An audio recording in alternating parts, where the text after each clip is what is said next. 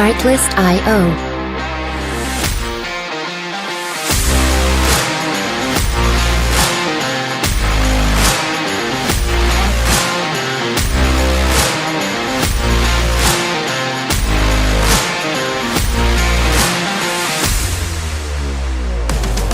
Music licensing reimagined.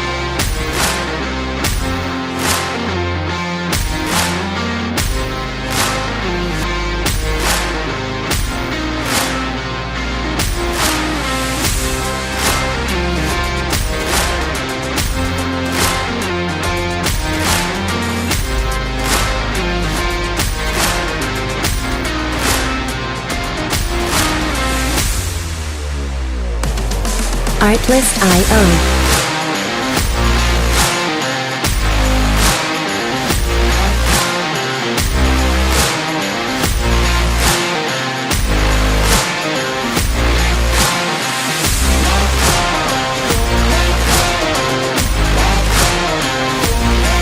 Music licensing reimagined.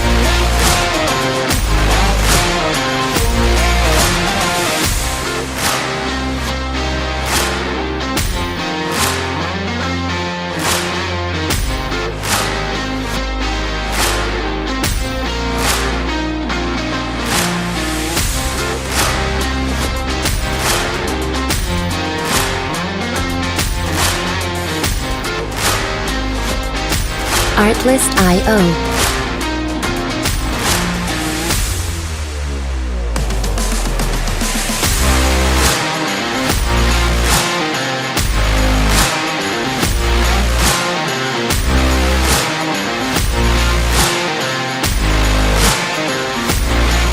Music licensing reimagined.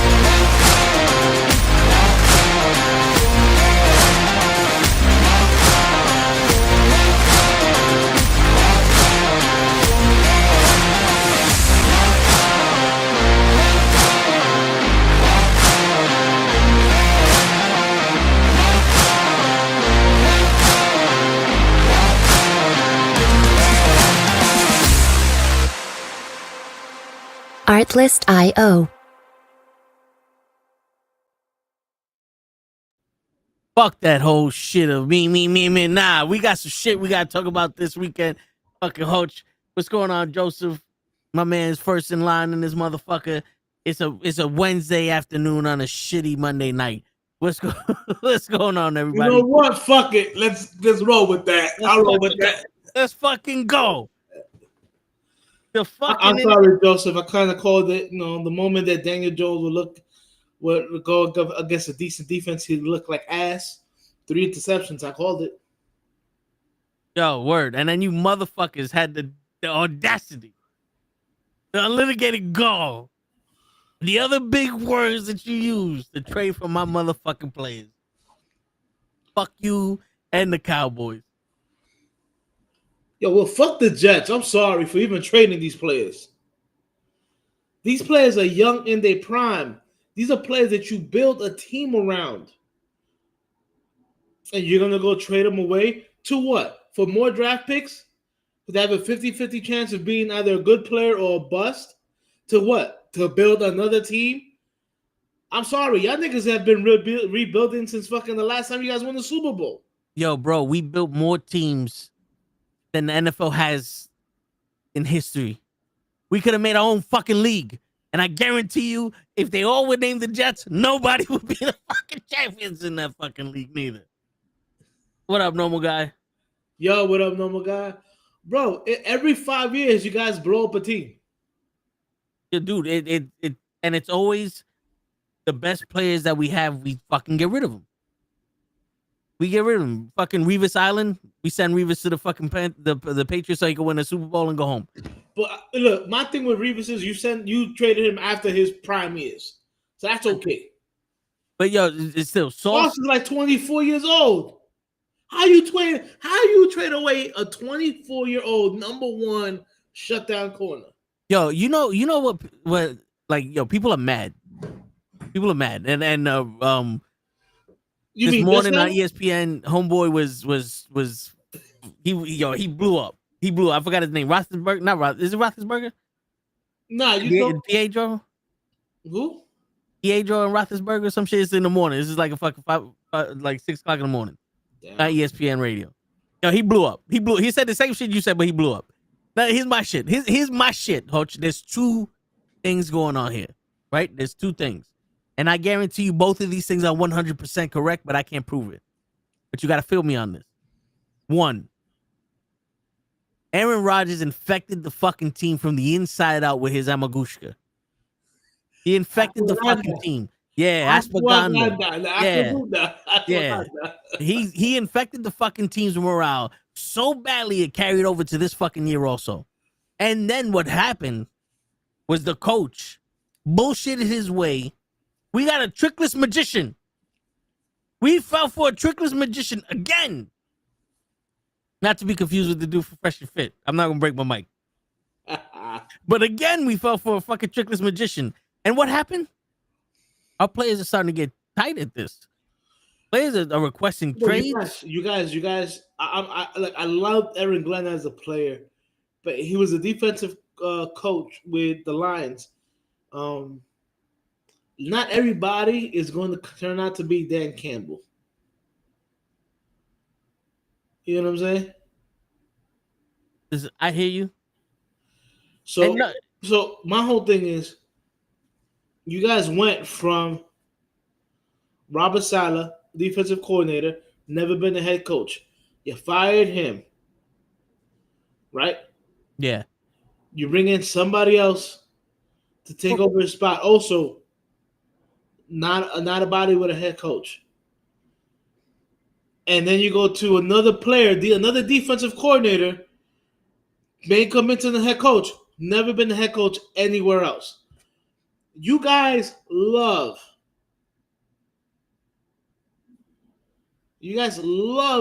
just giving head coaching jobs to people who have not proven anything. You know what it is, Hutch? I figured it out. One, the Habushka fucked up. He fucked up. Say it with me. Yeah. Ganda. Yeah. Hayabusa shit that he put in the fucking vents. That motherfucker, he put some bootleg ashwagandha in there. He put some shit in the vents that fucked up with our minds. But here goes the biggest problem. And this is what I've been saying since I met you, your owner. Since I was born. The fucking Jets need to get rid of their fucking owner. They got to get rid of the Tower Boy. Everybody that makes a decision, get rid of him. Why? Because he's a fucking woman. And the reason why I say he's a fucking woman is because he just listens to the sweet nothings that people fucking whisper in his fucking ear. This coach Aaron Glenn was like, we're gonna be fucking tough. I'm gonna get dick injections for all the players so they got swinging dicks when they got on the fucking field. We're gonna play tough defense. We're gonna be offensive bound. We're gonna run the fucking ball down people's throat. We're gonna win the fucking Super Bowl. And the owner's like, yes. Give you the fucking team now. Get rid of Aaron Rodgers. Fuck him. Nobody like Aaron Rodgers. Good people. You fell for it. They fell for the shit. Well, you know what happened? You know why he got rid of Aaron Rodgers? Because Aaron Rodgers probably asked him questions. He probably asked him like, how is this gonna work?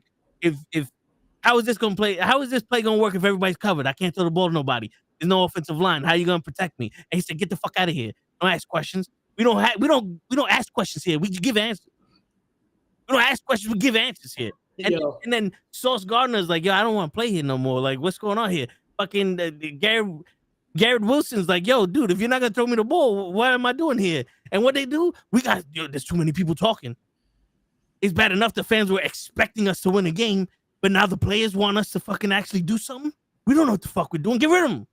Get draft picks. Draft picks don't talk back. Draft picks don't talk back. I not to interrupt you because you have every right to be upset. Every right.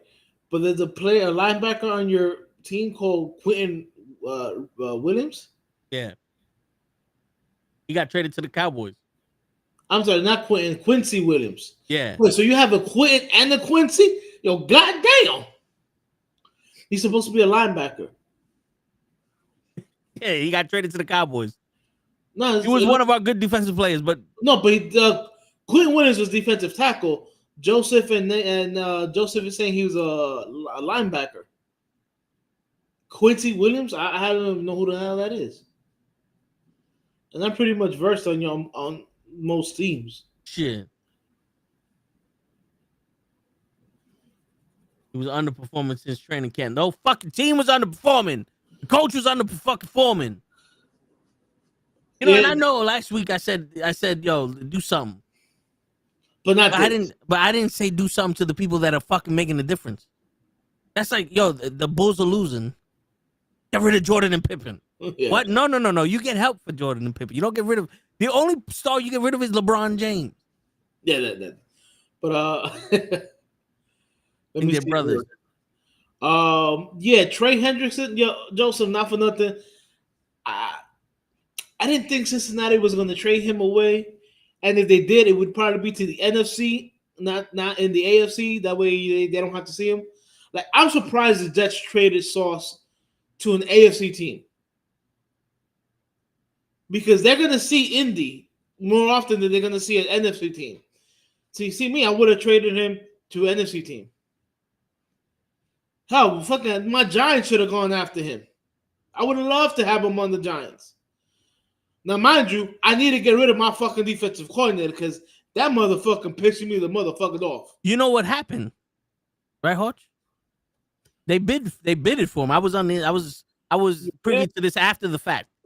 The Giants they bidded for the defense, but what happened was they gave up a little bit of extra yards in the negotiations, and they prevented the trade. They went to that prevent deal. Yeah, they went to prevent trade. There's a good defense, there's a good offense, and if you could prevent the defense from happening, then you see a good offense. Holy shit. Yo, bro, now Joseph, not for nothing, nobody knew that Sauce or Quentin were on the trading block. Like, yes, the Jets were started off 0-6, 0-7, or whatever, but it wasn't because of their defense. Shit, it wasn't even because of Justin Fields. Fuck, all that offensive line was worse than mine. And again, you guys have Hall and you have Wilson. But besides that, you guys don't have a tight end that you can throw to consistently. You don't have a number 2 wide receiver because I'm sorry. I don't know how Lazard is still even on your fucking team. Dude, this is what I don't understand. Zach Wilson was able to get multiple wins with this team. Didn't he go 7-9? Yeah. And we got Justin Fields, who can run the ball. Yo, why are we not running the ball with Bryce Hall? He's a good fucking running back. Why are we not tossing the ball to fucking Gardner? What is it? We have weapons for this quarterback that's not supposed to be that fucking good. We have proven you can take a mediocre fucking quarterback to the Super Bowl. At least in the playoffs, Mark Sanchez made the fucking playoffs. Twice. You're fucking telling me that Justin Fields is that bad that he can't hand the ball off to a running back? Is that the excuse? Because all I'm hearing is Justin Fields sucks. No, hey, Justin Fields sucks. He can't turn around and give the fucking ball to somebody who runs the shit. But meanwhile, he's the only reason why you guys have that win. I've never seen this motherfucker try to throw the ball. And then our defense is on the game. Yo, our defense is in the game 95% of the time. That's your offensive coordinator, bro. Not for nothing. Your offensive line sucks. I'll give you guys. Your offensive line is bad. But it's like Justin Fields go back to fucking throw and he has a defender right in his face. Look, it's the same thing with Daniel Jones. The only thing that Justin Fields can actually juke a motherfucker. Yeah, but my whole thing is, why not? You guys have a quarterback like Justin Fields who can run and throw. Why are you guys not running RPOs like they do in Philly? I don't know why we're not running plays. For some reason, we just say hike and whatever happens, happens. It seems like that's what the fuck's happening. To say hike and whatever the fuck happens, happens. Look, that ass your offense look like it's playing street ball out there. Dude, it is astonishing. We have rookie players of the year, fucking players of the year, and we can't score points. Our defense was top defenses the past couple years. We can't stop them from scoring points. Our quarterback has experience in this fucking league. This is not a rookie. He can run the ball. And he can throw. He can throw. I've seen him throw, so I know he can throw. He can throw. He can throw. And we have a backup who's okay. Why aren't we fucking using any of our weapons? We fell for a trickless magician. This is what I don't understand. The people who are optimistic about this shit are like, oh, next year they get to pick their own players. They get to pick their own players. I don't think they'll have it next year. I know, I hear you, but let's say he gets to next year. How sad is this? He's gonna pick his own players when you got rid of some of the best players we got. Who are you picking? Because I guarantee you, Hutch, half of those picks that we got are gonna go to trades for people that we're gonna overvalue. I'm gonna tell you right now that the way it looks, you guys might end up with the number 1 overall pick. You guys are gonna go with a quarterback. You know what? Another crazy thing, you guys are gonna probably go with a quarterback and surround them with trash. With Lazard, he's gonna be the only one left. He's not gonna want to leave because he ain't gonna go nowhere, bro. Yo, at the end of the season, what's stopping Garrett Wilson from saying, "Yo, I want demanding a trade," or Bryce Hall saying demanding a trade? I saw what you guys did with Sauce and Quinn. You guys have no loyalty, so why should I have loyalty to you guys? I want to trade. I at this point, I wouldn't fucking blame him. We're gonna rebuild again. They only got but so long in this league, bro. You guys are going for another rebuild. Yeah, after we hit on 4 fucking draft picks in 2001. Yes. 2021. Wow. Now the college QBs are going crazy. We got like 4 undefeated teams left. Yeah, but I guarantee you, half of those motherfuckers be like, I don't want to play for the Jets. I guarantee you, half those motherfuckers are surrounded by a great fucking team. Shit. Oh, but we're going to fuck this up some way. Because knowing my coach, the way I know him, he's going to want us to do our very best to the last game. So we're going to win just enough to lose that fucking first round draft pick. And we're probably going to fall to 6 again. The crazy thing is that my Giants have looked a lot better this year, and we only have 2 wins because of my fucking defensive coordinator. You know what's crazy, Hoach? I'm listening to the radio, and now for people who are younger than us, it's what's in the car. You get a frequency. It's free. It's AM, FM.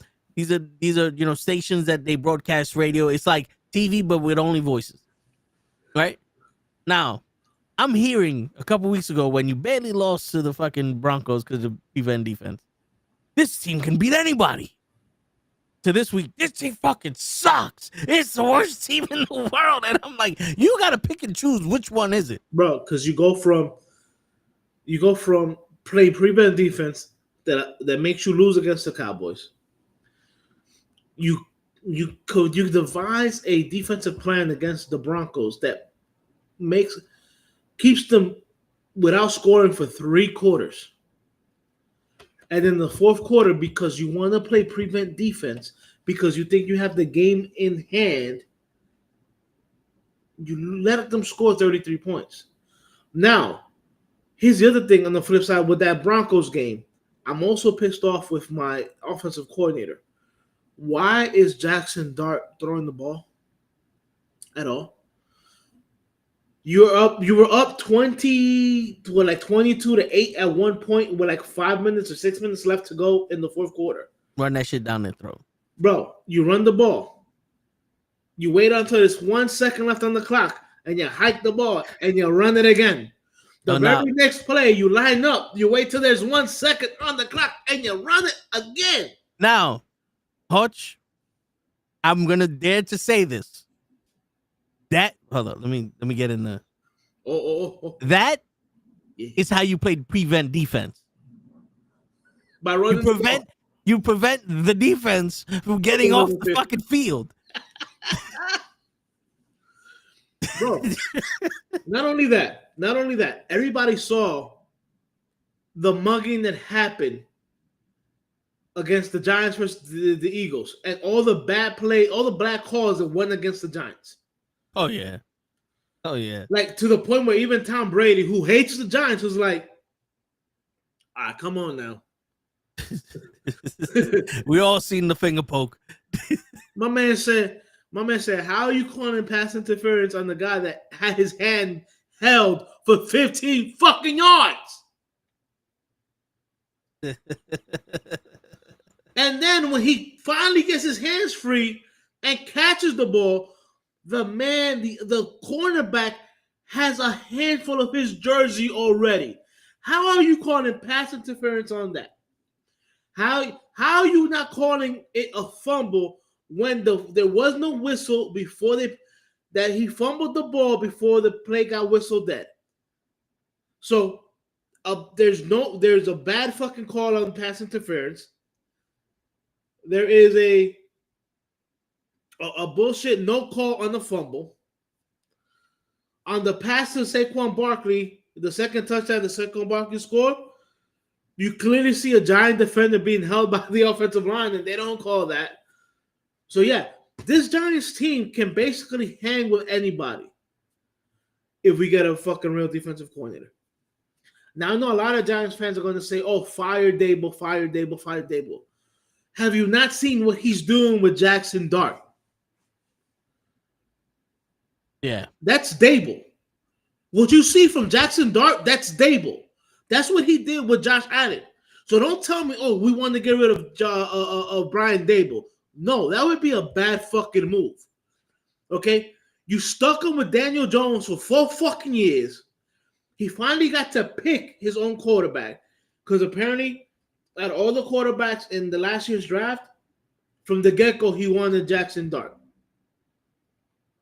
Right? So they picked Jackson Dart. You see how good Jackson Dart looks as a rookie as opposed to Daniel Jones. Yeah. And you got guys who say, "Oh, we need to get rid of Dable and Shane."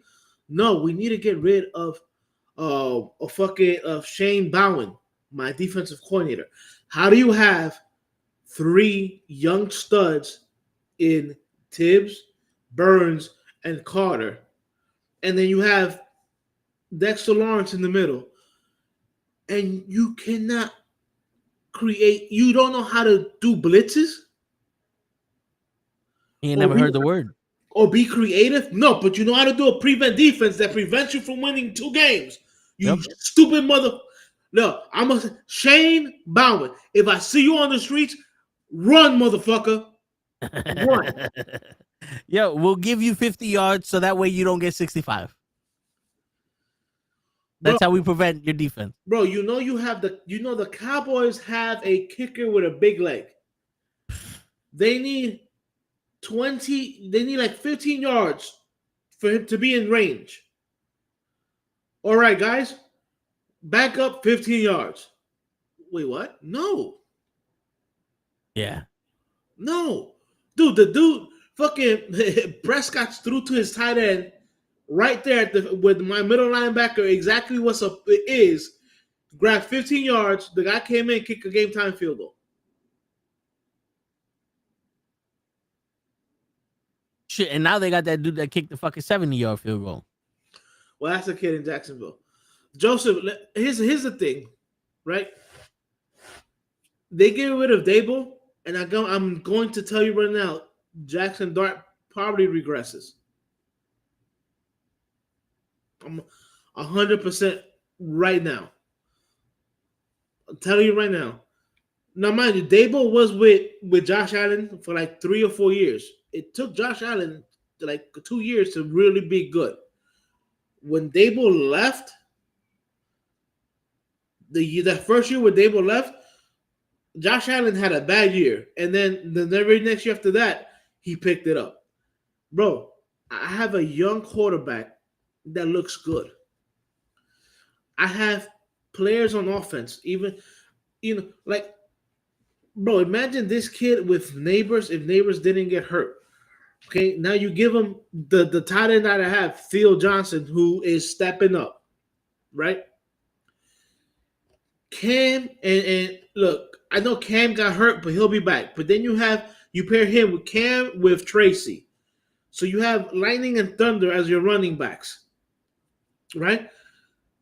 You find a good, let's say you go in the draft, and instead of fucking let's say, because the Giants should not really be in the top 5 to pick up the thing the way they've played some of these games. I mean, granted, they look bad against the Washington game and the game against the 49ers. Don't forget about the games they lost to the ref. They look Well, horrible. Yeah, the Eagles game and the Saints game. Yeah, of course.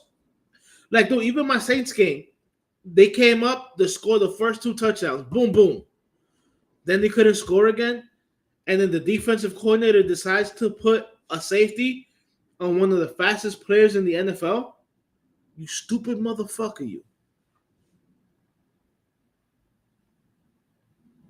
Bro, I know everybody says, oh, well, if you knew so much or whatever, why aren't you a coach or whatever?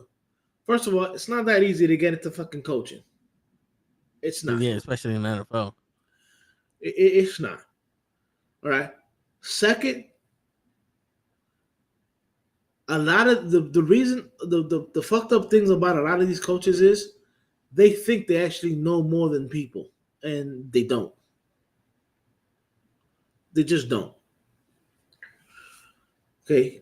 Shane Bowen sucked when he was in Tennessee, and in a year and a half with my Giants, sucks. Get him off my fucking team. You know who I'd love to have been on the Giants defensive coordinator, but he went back to the 49ers? Robert Saleh. I would have loved for him to have him. I would have loved to have him as my defensive coordinator. But my man Shanahan would say, "Hey, Robert, come on back, baby. I got you." And Robert went running. But yeah, dude, if I was to have a defensive coordinator like Robert Saleh, that I guarantee you that Giants team is like 5-4, or maybe I'll give you 4-5. Dude, the only time they got blown out, truthfully, was that game 1. Right? That's it. Game 1 was the only game they really truthfully got blown out. In every other game, they've been in it that they should have won. Now, granted, yeah, the Saints game was a little bit skewed because they had a whole bunch of turnovers or whatever. But up until the turnovers, they were only like a touchdown away. You know what I'm saying? They should have beat Dallas. They sure should have beat Denver. They beat the Eagles the first time, and they should have been the Eagles the second game if it wasn't for the referees. Again, when you have Tom Brady saying, "Is this Giants versus the referees?" The referees are calling back. Yeah. Because Tom Brady's love himself some referees.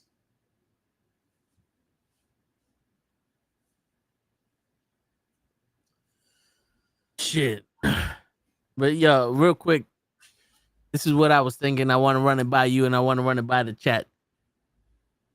What would you think, Hutch, is if for a small point of time during the show, we give 1 or 2 of these viewers the link, and you don't need a camera, we'll just put the audio up, and they get to have a subject, either talk shit, fucking debate you or something. Come on. You know what I'm saying? So I know that's 10 probably minutes. something Joseph or normal guy would love. Yeah.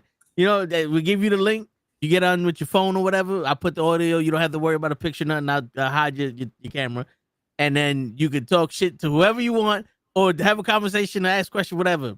And it's kind of like some radio station type shit. Yeah, I love it. Love the idea. Give it more interactive with the guys that are usually here on with us. I love it.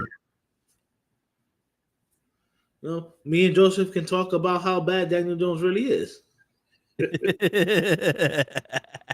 Yeah, and also the mixed martial art. Me and normal guy can talk about them snow bunnies. Word. There'll be a lot of Maxine Dupree up in this motherfucker. Yo, speaking about Maxine Dupree, you see how she tried to recreate the picture of Stacy Keibler with the title belts with the Dudleys or whatever? Yes. I'm sorry. As cute as Maxine Dupree is, yeah, you can't beat Stacy Keibler. Sorry. Yeah. It's Stacy Keebler. Yeah. Like, Yo, I don't know what is in the water, but women back in the day were fucking gorgeous. Not saying women now ain't gorgeous, but Trish Stratus still got it. yeah. Trish Stratus put on that Halloween costume and was Dude, like, I sent you the link, and I'm like, yo, how's this lady 40-something years old? And I be looking at her pictures and my nuts be like, yo, I'm 16 again. You know what I'm saying? Shit. It's like, take me back, baby. You can take him out of the city, but you can't take burgers. Yeah, it's true. Yo, for real. But yeah, so and then there's a lot of controversy in the mixed martial arts world, specifically the UFC. I am not surprised that people are saying that a lot of fights have been rigged, because even before I got on this show, and the very few times that we used to speak about it, I used to be like, bro, how do you telling me this guy fucked up that guy, a couple of weeks ago, a month ago, whatever, and got his ass beat by this guy? No, it don't make no sense. Yeah, it don't make no sense. And here's the thing: people forget Dana White does not pay his fighters. No, and that's a big thing about it. Because think about it: if you win, like you get I think you get $10,000 to win 5 to show. Like that's how it was back in the day. But let's just say that's what it is now. But before you go anymore, yo, but man, $10,000? Are you kidding me? That's not even enough to pay for your fucking gym time. To train for a fight and to cover your household bills. Dude, you would have to fight 5 times a year to make less than what I'm making. And you have to win. You have to win, everyone. This isn't just $10,000 for the fight. This is $10,000 to win. That's crazy. Of course, somebody goes like, "Yo, I'll give you $100,000 to fucking blow the fight." Yeah, fuck it. I'm $80,000 in debt. Yeah. So, think about it. Oh, if I lose the fight, I only get $2,000. But if I throw the fight, you offer me $20,000. But shit, it's almost like a no-brainer. Now, mind you, a lot of people have integrity and honor, but a lot of motherfuckers got to pay bills. So if you win and the person's only 10, and if you lose, the person is 2, bro.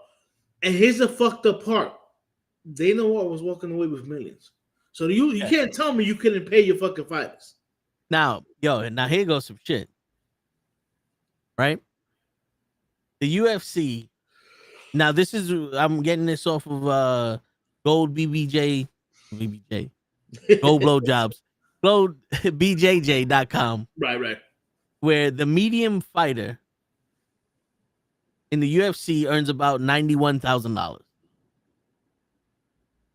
Now, from what I'm hearing, he goes, the average fighter is 150,000 a year. Right? The medium is 91. What I'm seeing, the newer fighters that don't have much is a couple $1,000s a fight. The top 5 earners gross anywhere from $850,000 to almost $2 million a year. If there's anybody that wants to talk about equal pay, it should be the UFC fighters, not the WNBA. Point made. Because I don't even want to go through the fucking how much it costs to train, to pay your managers. Bro, you gotta understand. If you make, let's say, $91,000 a year working a number 9-to-5 job, that's enough to basically pay, and you still live paycheck to paycheck. Yeah, because usually with taxes, that's about $70-something thousand. Right. So now if you're making that as a fighter, you have to pay your house bills with all that stuff. So you're talking about rent or mortgage, whatever you have, cable, light, gas, depending on if you have a house or if you have an apartment. Then you have to pay for your gym. Okay, you have an agent, you have a manager. So that 91, If the tax is 70, by the time it comes to you, it might be like 50. Come on now. Yeah. And that's not even you paying the gym. That's you paying your agent and you paying a manager. Now I know that I don't know if UFC fighters have agents. I'm just going off of I know baseball, football, basketball players, but sports players usually have an agent. But I know since UFC is pretty much a monopoly when it comes to the UFC. No, there's agents. There's agents. Yeah, look at that shit. Because I just did a little brief thing, right? So he goes, average UFC fighter expenses vary widely based on fighter level, but commonly include agent fees, training, traveling, and medical expenses. Some fighters can spend 30 to 40% of their purse on those costs. Now, yeah, so you have your agent fee that takes a percentage of your fight earnings, right? And your training and your coaches, which says they can range anywhere from $8,000 to $14,000. And I forgot to say, since they're fighters, they can't get covered for insurance. So any injuries they have to pay out of pocket. Yeah, and now if you want to talk about, because this is also including sparring partners, because you have the trainer partners. You have to pay the partners. You have to pay them, yeah. Because if they get hurt, God forbid, whatever, then you have the train for the time at the gym, the corner staff, and all that other shit. So that could be anywhere from $8,000 to $14,000. Medical expenses and recovery, which you're not, you don't have insurance for that, so you have to pay out of pocket with that, whether it be cold plunges, the IV drip, fucking like little procedures here and there, medicine, whatever you may need. The equipment, the travel and accommodations, transport to and from fights, and lodging for the fighters and their team. So they have to pay for their own travel to get to the fight and the teams, because they everybody needs to be there. Nutrition, and then the taxes. So a fighter earning a $10,000 show and a $10,000 win purse might have a profit of $5,000 after covering all their costs. You won $20,000 and you only got $5,000 of it. That doesn't seem like something worth it to me.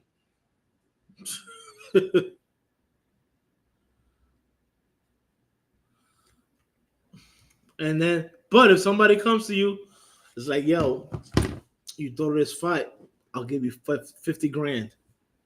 Yeah. Now you got $5,500 coming to you. Yo, and it goes, another fighter estimated that their fight camp and related costs absorbed approximately 98% of their $200,000 fight purse. Jesus Christ.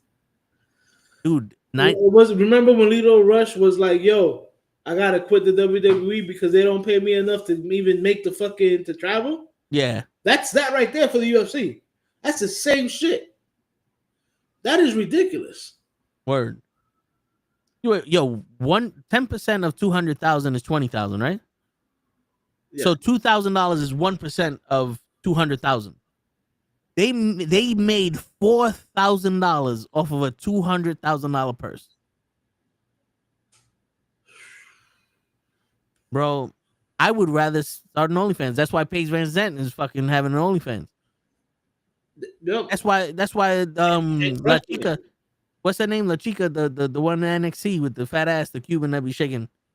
She went from MMA to WWE to wrestling. Lola Vice, yeah. But to be honest with you, you're not taking care of your fucking fighters. I'm not surprised at the fucking rigging the fights. They gotta get something out of this. Bro, they can be literally life-altering injuries in that fight. Yeah. And you're telling me if I win, the most I can come away with is $2,000? Yeah, that's ridiculous. That is ridiculous. And I don't know about you, but not for nothing. Kimbo Slice on those fucking Miami Street fights was making more than $2,000 per fight. Yeah. Yo, I don't know about you, but when motherfuckers start making money and there's too much taxes, people stop paying taxes. You know what I'm saying? They find a way to stop paying taxes. You telling me that you're gonna fucking bend these guys over and they're not gonna find a way to fucking to fuck you back? Bro, that's ridiculous. 98% of his purse went to fucking expenses. That is crazy. And then Eric Hawani was saying, people were coming up to him. People were texting him about how somebody offered them $100,000 to throw a fight. He said no. He still wound up losing. He's like, oh, it's my integrity. Like, yeah, I get your integrity and shit, bro, but how much integrity you got when you ain't got when you about to be thrown out your house? And we all know Dana White's not helping you. No, it's not. No, they're not. Shit, and those bonuses are only 50,000, and you only get 3 of those a show. So only 3 people get paid more money. Then we start wondering why everybody's doing more wrestling and bullshit. So somebody commented on one of the last weeks of the eye poke shit with Khan, and they're like, "Why are you always bringing up John Jones?" And the reason why I bring it up is because he also eye pokes people, and if you watch the video, we explain that. But thank you for commenting; it was very much appreciated. But listen to this shit. Now you wonder why John Jones would rather cancel an entire event than fight somebody he beat in 2 minutes. Oh, you heard that the refs and the athletic commission was gonna have a meeting. I don't know what the outcome of that meeting was, to discuss the eye pokes, to see if they could be more point taken away and all that other shit. And I told this to Lay. I was like, so basically what they're gonna come back with is, if you get poked in the eye, you're a pussy. It's the pussy rules. There's a lot of people are getting poked in the eye now. And remember, we watch the UFC for people to fight to the death for $5,000. My man, again, like we covered last week, your hand should have been like this in MMA. At most, it should. Yeah. You did it like this, I can still fucking poke the shit out your fucking the eye. Word. Fucking one of the people who called John Aspinall a pussy is under investigation for alleged fixing fights. Anthony Smith. Which I wouldn't be surprised if he threw the John Jones fight, because he didn't really fight against John Jones. A lot of people say that Mayweather pays his opponents to lose. But then the obvious shit is like, well, hold up. Why is this man fighting and this guy's not throwing any punches? He's known for being a knockout artist and he's not throwing any punches. Right. So what happened here? 100%. I mean, dude, well, at the end of the day, fuck Mayweather. Word. You know who else we can say fuck you to? Ronda Rousey. He's going around talking so much shit now about wrestling, about mixed martial arts, and now she's trying to play victim. And the funny thing is that, like, a lot of people already said this. She made herself what she is now. Like, I understand having bad blood with the person you're fighting. This is a fight. But when you beat Miesha Tate twice already, that's it. You beat her. You can't still be mad at this girl for beating her up. Like, what else do you want? To kill her? You can't be mad at a girl for her coming after your title. Yeah. What she's there for. But then she's like, oh, when Holly Holmes beat her, she thought people were gonna turn on her and all this. It's like, what gave you that impression? Do you not watch MMA? There is no undefeated fighter in MMA. Everyone's lost. And everyone still loves their fighter. People turn on you because you're fake. There you go. That's what happened. We saw the real Ronda and she was faking and shit. Bro, I called her from the very first time I saw her. I said, yo, why does she have that fake look of intensity on her face? Yes, the very first time I saw her walk into the ring, I'm like, that's not real. You look like a 5-year-old girl that was pissed off about something. Yo, that's not real. Yeah. That's not real intensity. She's not really pissed off. And then I forgot who was it that she didn't want to shake hands with. I think it was Miesha. Like, really? You don't want to shake hands with or no dab Misha or whatever? Word. And that's why your career has gone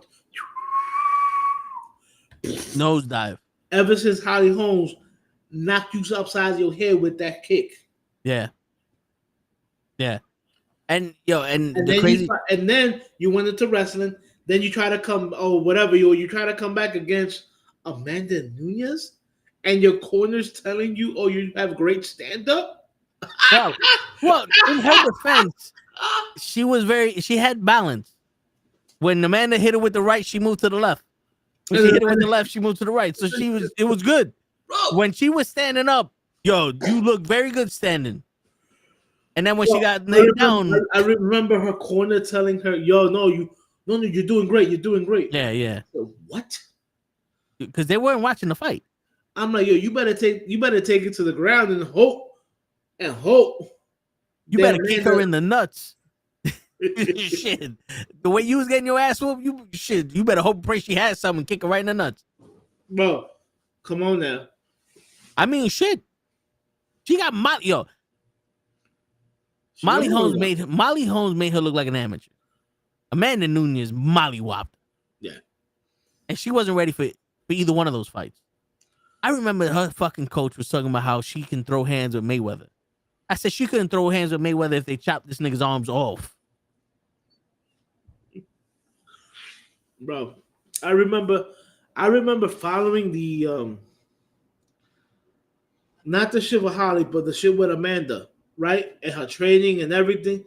And I'm like, I hope they're not thinking to have her stand up and fight Amanda. She better use her BJJ skills or BJJ or blowjob skills to fucking blow Amanda. That's the only way you're going to win. Word. Because Amanda has ground game and she got strikes. Because remember, the fight before that, she mollywopped Cyborg. Yeah. I have never seen somebody take out Cyborg that fast. And and not for nothing, she knocked out Cyborg. But Cyborg went after that fight all wrong. Bro, she knocked out Cyborg and then woke her back up with another punch. Because what happened was she rocked Cyborg and Cyborg turned into a fucking pit bull and decided to attack and got knocked out again. If she would have relaxed a little bit and thought about this shit, I think she could have did something because I think she was way too aggressive against Amanda. Right. If they would have had a rematch, I think it would have been a different story. But you know how quick Dana White was like, all right, Cyborg, get the fuck out of here. We don't need you no more. Right. I mean, not for nothing, she looking like a man. You ever seen her man, Chris Cyborg? Well, her ex? No. Exactly the same. I'm not even fucking with you. He's the guy that Michael Venom Page kneed in the head and cracked the skull. And then threw the Pokeball at? Yeah. Yeah. O'Connor was garbage. They just wanted the money. Yo, seriously. Yo, Gina Carino must have known something. Because she got out of that quick. She got out of MMA quickly. She made her money with the Cyborg fight. And I think the biggest mistake she had was training with Randy Couture. But she made her money with the Cyborg fight. She got out. Because she knew that Dana White was probably just going to use it as a pretty face. Whatever the case may be. And I mean, Gina was stacked, bro. Yeah. Ass, titties. Word. And she was believable as a fighter, not like fucking Ronda Rousey. I looked at Ronda Rousey and I was like, I can't believe you're not believable to me. Yeah. Like, I'm sorry. If I'm watching somebody fight, I have to look at that person and believe that person can actually fight. Nothing about Ronda Rousey says that she can fight. Yeah. I'm sorry. No disrespect to my people that do Brazilian Jiu-Jitsu and Judo, whatever. That's not fighting. That's grappling. Okay? You guys are not fighting. You guys are grappling. In the grapple game, I'll give you all that shit. In a fighting game, no. All right, and I'm looking at her and I'm like, yo, you remember that the meme with the young boy and somebody's trying to give him something? He's like, Yeah. yeah, that's me. I'm like, yeah, you can't fight, bro. I believe Misha take over Ronda Rousey. Yeah, and yo, not for nothing. Like I said, a lot of the women that fought Ronda Rousey in the beginning fought her wrong. Yes, They pretty much attacked and they tried to out wrestle her, and she kept doing that hip throw and went into the armbar. right. Yo, Bruce Lee said it. You don't fear the man that practiced 10,000 kicks. You fear the man that practiced one kick 10,000 times. Correct. She practiced that fucking armbar 10,000 times. She found that armbar. Because she know that's all she had. Yeah. And these girls fell right into it. Once they realized, oh, if I threw a jab in your fucking face, you wouldn't know what to do. It was over. Well, I love Misha Tate. And there was one fight where Misha should have won. Yeah, that was the second fight they Right. had. Yeah. But I'm like, Misha, just stand up. She can't stand up. Don't try to out wrestle. Now, see, a lot of fighters. All right, and for you guys, I've had my share of fights. Now, none professionally, on the streets and in high school, all that shit. But what I see is a lot of people, they try to. If somebody I knew could throw hands, the other person would try to see if they can throw better hands. Yeah. That's not how you win a fight. You win a fight by finding the person's weakness. So I can throw a jab, but or I can throw punches. That don't mean that you should try to stand up and throw punches with me. Yeah. Joe, she did. You know what I'm saying? You should be trying to find my weakness. Now, if I can throw hands, but you hit me in my fucking stomach and I'm going to double over, that's what you should be concentrating on. What I saw with Ronda Rousey was, especially with all the girls that they threw at her, it was like they told all the girls, oh, you can't fight her. You have to out wrestle her.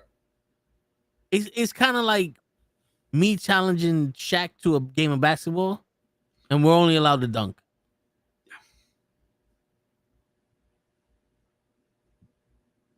It's like, for what? Right. Is that because that's 90% of the fight game? Once you go, that's what got Daniel Cormier so fucked up against John Jones in the first fight. He was so busy trying to prove that he could take him down and actually fight him. Right. And the second fight was way better for him. Just he got caught with that kick. Right. And then my man John Jones got caught with the coke. Yeah. I'm in love with the coco. Yeah, right? My man John Jones, bro, what is wrong with you? Yeah, but that's what it is. Like, if you ever notice, the person who dictates the pace of the fight usually wins. Right. Tyrone Woodley beat Damian Maia because he didn't let him take him down. He kept the shit fighting, kept the shit standing. If Damian Maia took him down, he would have tapped him out because Damian Maia is a hell of a fucking Brazilian jiu-jitsu practitioner. This is what's happening. I believe that it was the Tyson effect that Ronda Rousey had. She had that all around her, and people wanted to prove that they can't do the armbar to me. Well, guess what? She's not gonna put an armbar on you if you're not gonna fuck out.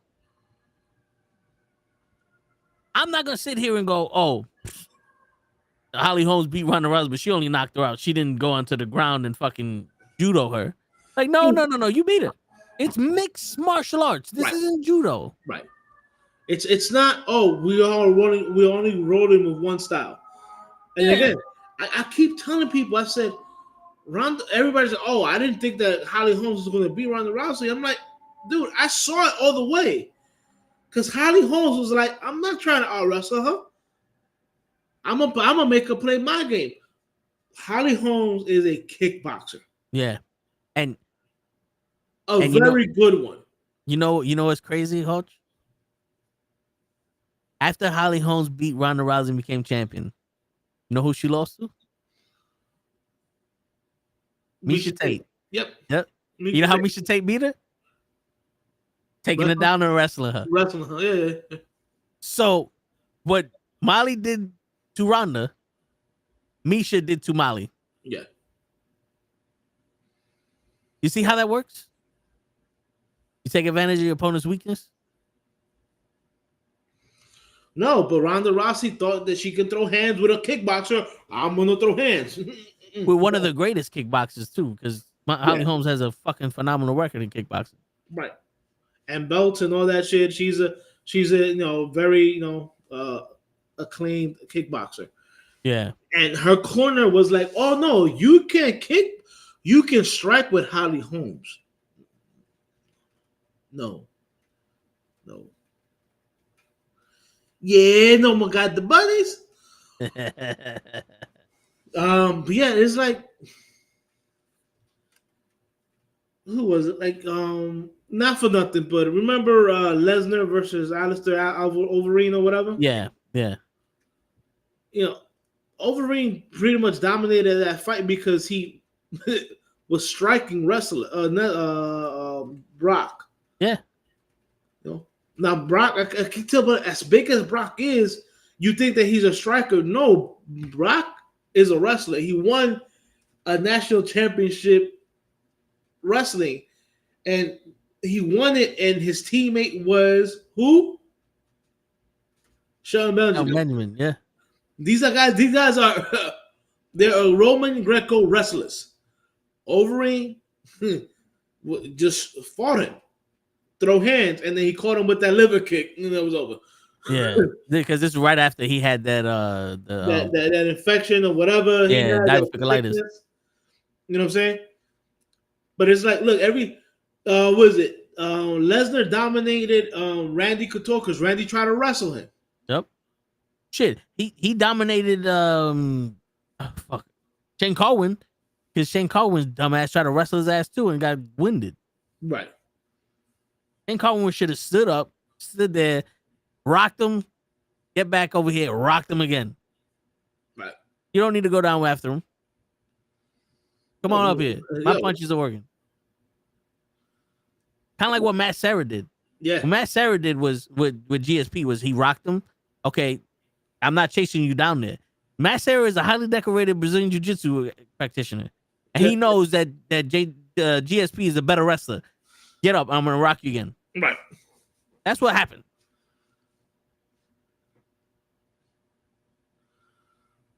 He had a very big piece of tennis. Yeah, that's why the moment he got hit with that liver kick, it was done.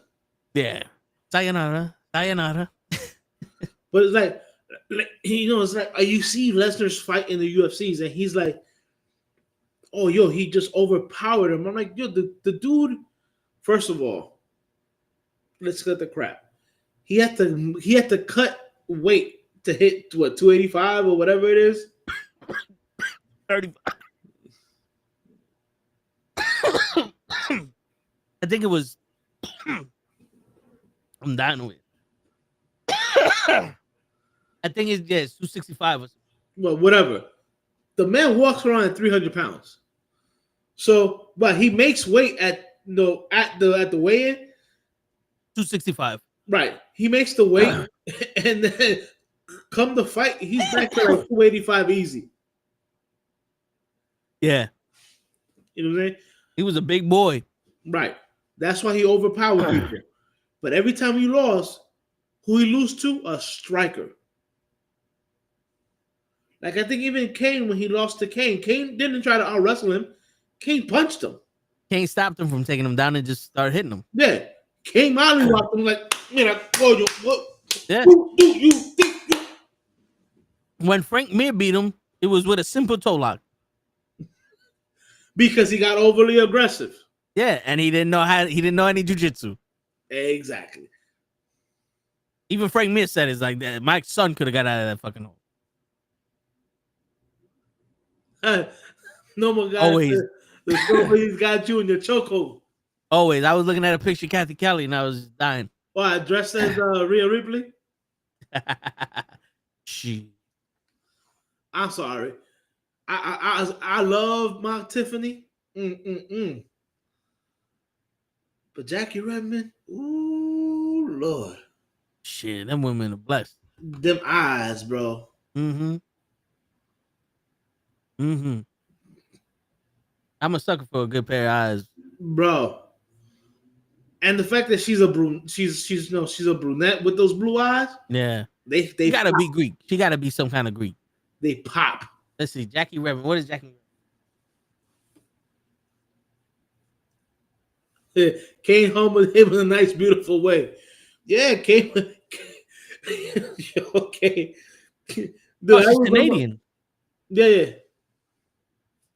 She's from Ontario, Canada. Yes. Oh, she was born in 1987. Yeah. When? April 12th, 1987. 1987. Yeah.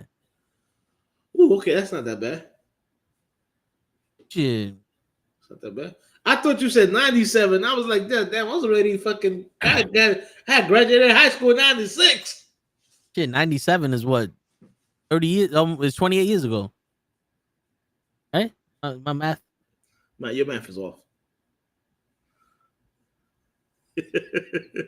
Hold on now. Your math is off. 28. 1997 is 28 years ago. Shit, I know my math ain't always bad sometimes. My shit always works sometimes. No, but yeah, shit. We over here talking about fighting, and y'all over here talking about snow bunnies. I'm sorry, Joseph brought up the snow bunnies, bro. Come on now. It's true. It's true though. Like, and listen, all I know is at least once every segment when we do the sports podcast, we have to have a segment for the snow bunnies. That's true. That's true. It's wintertime, snow bunnies. Yeah, speaking of shit, speaking of fighting snow bunny, fucking Gina Carino was a fucking woo. Even in the Gladiators, American Gladiators. I remember she did Gladiators. She did that movie with Jason Tatum. She was a spy. She's done a lot of movies. Yeah, but I mean that movie wasn't any good. But she like mounted Jason Statham, and you saw her thigh. I was like, Okay. I mean, she did a couple of movies. She did a movie with Danny Trejo. Huh? Most of the fights are over snow bunnies anyway. That's true. Look at Wrecking Ball. He's fucking up the 49ers because she's going out with a chief guy or some shit. I don't know the whole alafoque of the NFL. Bro, Wrecking Ball is fucking Miley Cyrus. What's the difference? Right? Miley Cyrus and Taylor Swift are actually two different people. I don't believe you. Taylor Swift is the one that dates Travis Kelce. Miley Cyrus was the one that was married to one of the Hemsley brothers, the not so popular one. I don't know. I never seen them in a room together.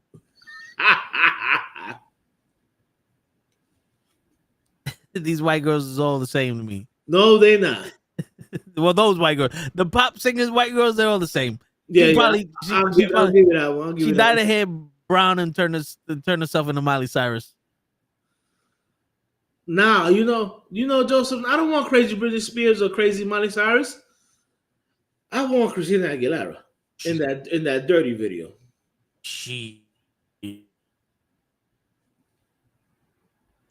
Yes. You feel me? And then Joseph, if you don't know, go YouTube that video. Word. Go look. Do your research. Damn. I mean, she went from being so nice and cute to Genie in the Bottle to that, and I was like, oh, hold on, wait a minute. But don't get me wrong though. Britney Spears took a lot of my children. With what, baby, one more time? And oops, I did it again a few times. But then when she got crazy and she got the raccoon eyes, I don't know about all that. She did the raccoon eyes and shaved her head. That's I was like, all right. Crazy white woman. Yeah, she's definitely from Louisiana or whatever. Yeah, that's a catch and release right there. You go back to Justin Timberlake for all that bullshit. That's when Justin Timberlake, no, I'm black. You can cry me a river. Yo, you know it's funny. Justin Timberlake went out with her, was nice little white boy band. They broke up. I'm black, y'all. And then she went crazy. He's like, I'm back to being country. Well, no, you know what it was is that, she cheated on him. And my man went from so I'm in my villain phase right now. Mm-hmm. And that's when he went rush on and killed everything. Yeah, he took over for a while. And then ended up with It's a Bill, right? I believe so. Yes, sir. He Jessica ended up Biel? with Jessica Biel. That was another one. Imagine shit, Chuck and Larry. You drink a beer out of a straw to see that shit, right? Absolutely. But yeah, man. But the snow bunny of them all is whoever for me be Trish Stratus. That was my number one. It's still to this day. I be looking at her like, damn. You know how they got those pick whichever row you in? It could be some ugly ass bitches Trish Stratus. I'm in that row. Yeah. He said pick a row, pick a column. All right, you have Big Bertha and you have Awesome Khan. And right underneath you have Trish Stratus. I'm picking that row. That's right. The next row will be like fucking Captain Kelly, Mercedes Moné, and Rhea Ripley is like, oh, sorry, ladies. I'm a one-woman man. You should have picked the right row. I mean, Trish, yeah. Once I saw my man, motherfucking Stacy Keibler, my man, I was done. I was like, ooh. Stacy Keibler is definitely one of those you hate to see her leave, but you love to watch her go. Bro, them legs. Mm-hmm. Yeah, like Jerry the King Law always said, you love how them legs just work their way up to an ass. Make an ass out of themselves. And the other thing is she also had that pretty face. But I was like, yes, she did. And she was with George Clooney. Yeah. Shit, George Clooney. You know who else is in her 50s and looks still decent or actually pretty good? Tori Wilson. Oh, yeah. I feel like now she's more in her freak stage now than she was before. Joseph, let's not ever go there. Yo, I mean, we all seen Mae Young's tits on pay-per-view. No. You saw them tits. I covered my eyes. Bro, it's hard to cover your eyes when fucking the cat. What's that store? It's the grocery store that has the fucking all those deals. It's not Bravo. You know what I'm talking about? Seatown? No. It's a Spanish grocery store. Mundo? No. Fuck. It's hold up. We usually do the comfort. It should be. That should have been Bravo. That's the only Spanish supermarket I know. That is like multiple ones, right? Yeah. Oh, let me double check. Everything else is English, like Seatown, the Stop and Shop. Food Bazaar. That's not Spanish. Well, listen, Spanish people buy from there. I know a lot of people that buy from there. But you know that big ass bag that's like this fucking long and like this deep that you can put your entire compra in? She had two of those and called them tits. Dude, it's hard not to see that shit. Once I saw this, I was like, let me go get something to drink. They censored that shit and then passed the censor. Them shits was so big. On a 27-inch TV, that shit passed the sensor that covered the whole screen. Shit came out of my living room. This shit was so droopy. Yeah, that shit came out of my living room. Like, what the fuck? And let's not forget that she gave birth to a hand. Word. Shit, man. Oh. Yeah. Those were the days, though. Yeah. I mean, no, not for nothing, but the Nitro girls. Oof. Oh yeah, that Asian one. Yeah. My favorite one, believe it or not, was the redhead one. And her name was Fire. Oh yeah, okay. Yeah, I know you're talking about, I mean, she wasn't a natural redhead, but she had them blue eyes, and she was like a fitness model. She was like, I was like, ooh, okay. Now, mind you, and don't get on me because I really was never into astronomy or astrology or whatever the fuck it is. It wasn't until maybe like a couple of years ago that I found out that I'm actually a fire sign. I thought I was a earth sign. And now I'm like, okay, maybe that's why I'm attracted to a lot of redheads. Even though I hate the color red. I love my blue. Blue's my color. Yeah. But I'm like, I see a redhead, I'm like, ooh, hold on, girl. Because they're more devils than anything. Well, I'm a fire sign, bro. That's what I'm saying. I'm been born to tame them. Word. You see, that's why I like green bitches. Because I'm a water sign. And algae grow in the water. I thought you were gonna say blue and fucking Avatar at least, bro. Nah, for some reason green does it. The dose of gingers are freaks. I know. Shit. I had me one in college. I know they freaks.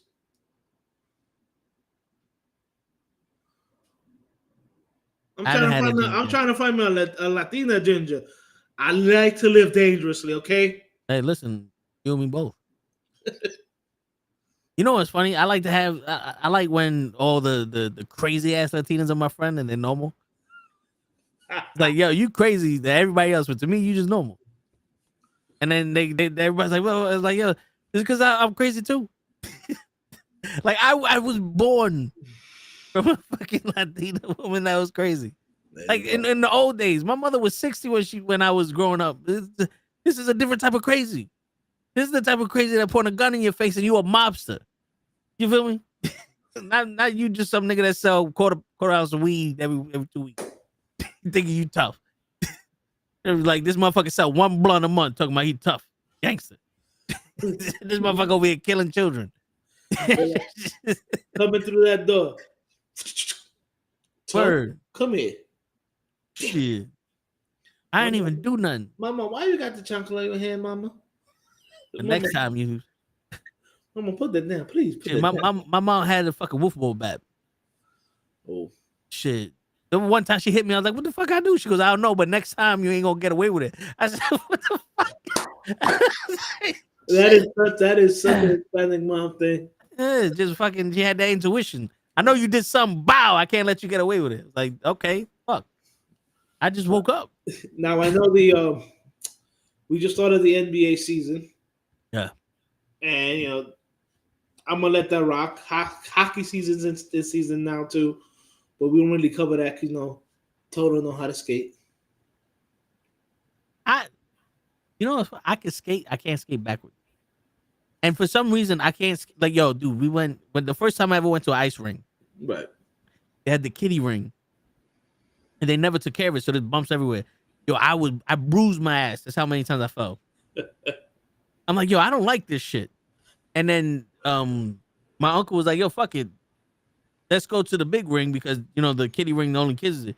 And, dude, I'm skating like nobody's business. Because I used to rollerblade. Because it's smooth. Yeah. And I'm over here like, don't ever treat me like a kid again. I'm like 7 years old. Don't ever treat me like a kid again. Put me in adult shit. But, I mean, we used to play street hockey. But hockey was never one of my things I got into. Yeah, that's fine. Baseball's officially over. The Dodgers won. Now there's a lot of controversy because, you know, a lot of people don't like the Dodgers because they're cheaters. Ohtani signed with the Yankees, and I don't know why he just picked up the wrong uniform. Maybe he colorblind. I don't know. It's racism.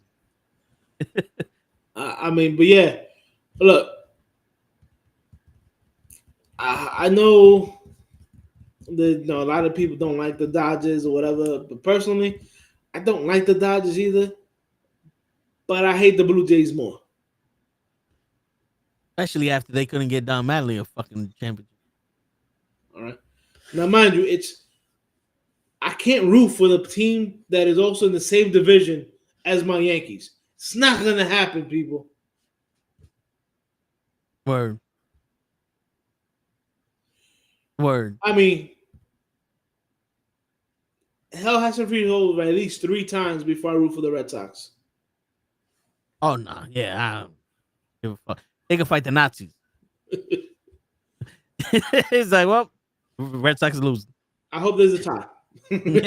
Word. Oh, they both go fuck themselves. You know, I'm not gonna root for the fucking Orioles, another bird team, and I'm not gonna root for the Blue Jays, another bird team. I like the Orioles when Cal Ripken Jr. was on them because of Cal Ripken Jr. Just like the Mariners, Well, he was because of Ken classy. Griffey. He was classy. Yeah. But after that, it's like I like them because they're orange. But like, it's one of those things. It's like only because they're orange, I'll be on their team in the video game. But I mean, I can't be nothing else. Or White Sox. So I had a couple favorite players: Frank Thomas, Ken Griffey Jr., Kyle Ripken Jr., and then Jeter. You know what I'm saying? Right. But like that's how old I am, motherfuckers. Sega Saturn, Big Hurt Baseball. Bro, I know it's older, but I'm Nintendo RIB, baby. oh no, shit. I mean, the best baseball game was Ken Griffey Jr.'s baseball, N64. No. You never played Ken Griffey? Have you ever played Ken Griffey Jr.? I did. The best game ever, baseball game ever, was Baseball All Stars for Nintendo. The Nintendo Wii? No, Nintendo. That's not the one where it's like fucking. Whoop, whoop, whoop, whoop, whoop, whoop, whoop. No, Like that was our RBI baseball. Okay. No, when you have some time, just look up Nintendo Baseball All Stars. Okay. When you have some time. Yeah, Joseph. I listen. Anybody but the Astros. Fuck the Astros. You know, but I can't root for anybody on that plays my Yankees or is in my Yankees division. As soon as that happened, a lot of players opt out of contracts. There was a lot of players. Now, do you like the fact that baseball gives these players the options to opt out of contracts to hopefully get better and bigger contracts? Kind of, because most of these players are getting like fucking 20-year contracts. You know what I'm saying? Like a lot of these players are getting no less than 5-10 years. It's like I know you could play the game for that long because it's not as physical as fucking football and shit, but it's like shit. I'm locked in here for 10 years at $10 million a year. And now the world's came up and everybody else is getting $50 million a year, and I still got my $10 million. Hold on, now we need to renegotiate. Right. Yeah, that $10,000, that $10 million a year was good when I was second place. Now I'm all-star in this motherfucker. What's up?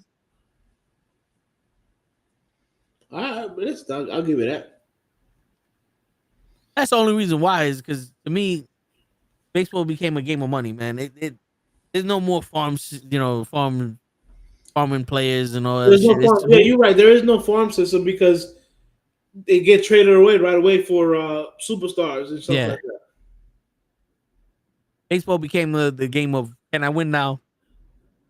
If not, let's save up money so I can buy a win. And they may have taken that from the Yankees, but still, for a while there we grew our own team though. Yeah. Well, again, for 20 years there, most of the Yankees were homegrown. Yeah. So, but Joseph, I don't need them to break the bank. What I need them to do is find somebody who can actually be a closer. Because the last couple of years, whoever they choose to pick to be the closer has sucked ass. Like it's been bad.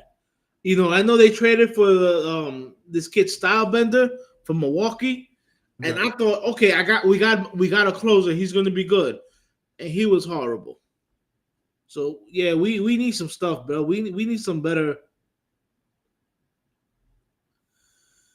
Yeah, we need some better closers. I'm sorry. I don't know if this is a popular thing, but they need to get rid of Aaron Boone. I'm sorry. Aaron Boone to me sucks as a manager.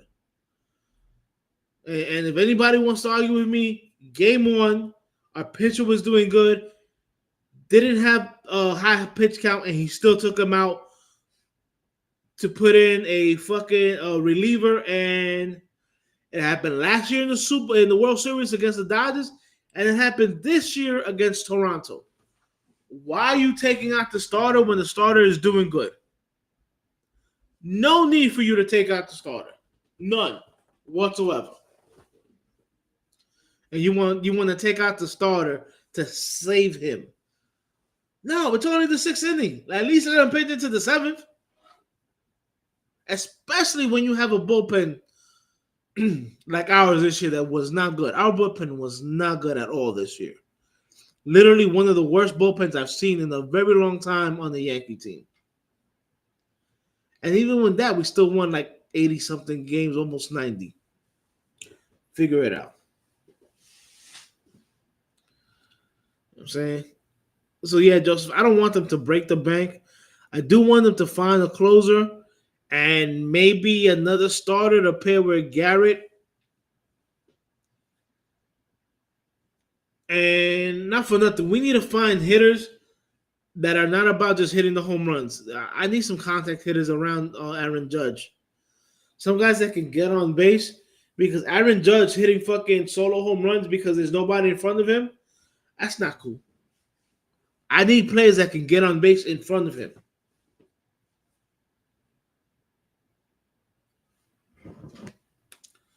What do you think, Joseph? What do you have to say?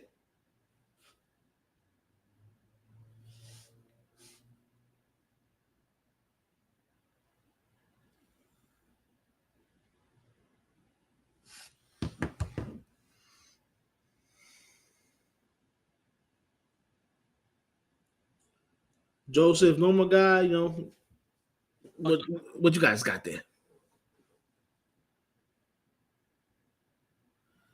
I think Toe took a little break, probably get something to drink. You know, having a coffee fit.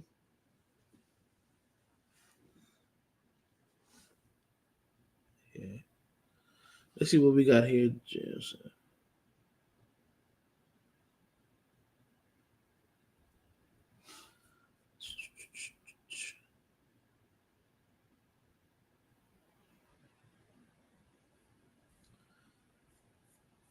My bad.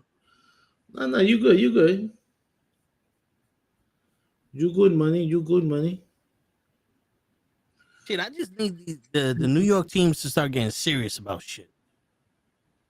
Do something. The Jets need to pick a direction and go with it for more than fucking 2 years. That is true. The Giants need a competent fucking set of coaches. The Yankees need someone like Andy Pettit. Andy Pettit may have been okay to mediocre in the fucking regular season, but when the postseason happened, my man was doing his thing. They need a leader because obviously they got nobody to get through the hard times in the postseason. I don't even think it's about that. I think the coaching staff, like the moment, and this is like at all teams, the moment it hits the sixth inning, pull the starter. Why? My man Bob Gibson threw no complete games and no hitters, and like nobody business. Like you weren't taking him out of the game. Nolan Ryan also, you know what I'm saying? Yeah. It's like, these pitchers are like, you're not taking me out of the game. You go sit the fuck down. I remember Mike Bucina when he was with the Yankees one year. Joe Torre was about to come get him, and he looked at Joe Torre and said, "You get back in the dugout. You're not taking me out of this game." Word. Like you don't have pitchers like that no more. Shit, the pitcher for the Dodgers that won the last game, pitched 3 full games in the World Series. Right. Each game he pitched was a complete game. Yeah, and he fucking won them games. Right. That's what I'm saying. You gotta let pitchers pitch, man. You have Word. That's like having a fucking quarterback that's hot and scoring mad points, and then like after the second quarter, take him out. Right. What are you doing? Word. I mean, the pitcher dictates the fucking game. Like I understand if it's a regular season game, 6 innings, like we're gonna save your arm for the postseason. We already clinched or whatever. Cool. But it's the playoffs, baby. It's the playoffs. Playoffs. Word. Like we need to win this. Right. And look, what happened last year in the World Series? Game 1, we have a 4-0 lead against the Dodgers. He pulls the starting pitcher in the 6th inning. What happened? Who won that game? The Dodgers.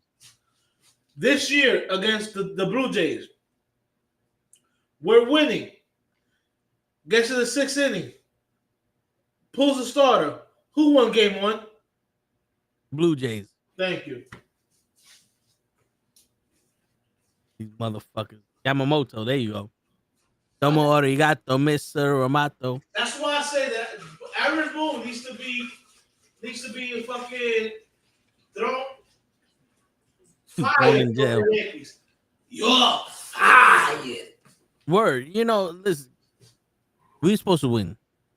We got a culture of winning. We can't be this culture of losing.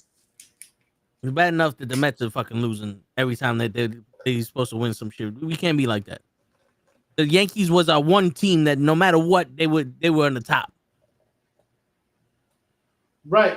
I mean, and then the last couple of years, the Knicks have been hopeful. I still think that if Jalen Brunson is 100% last year, we don't lose to Indiana.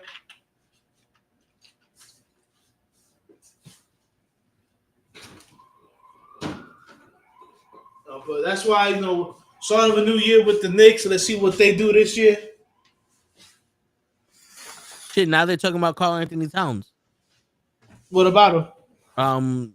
The workload. He's not used to the workload or some shit. Like he doesn't want to play hard. Doesn't want to play hard.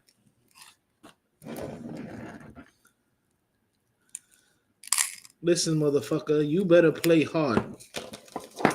This is New York. We don't let soft motherfuckers play.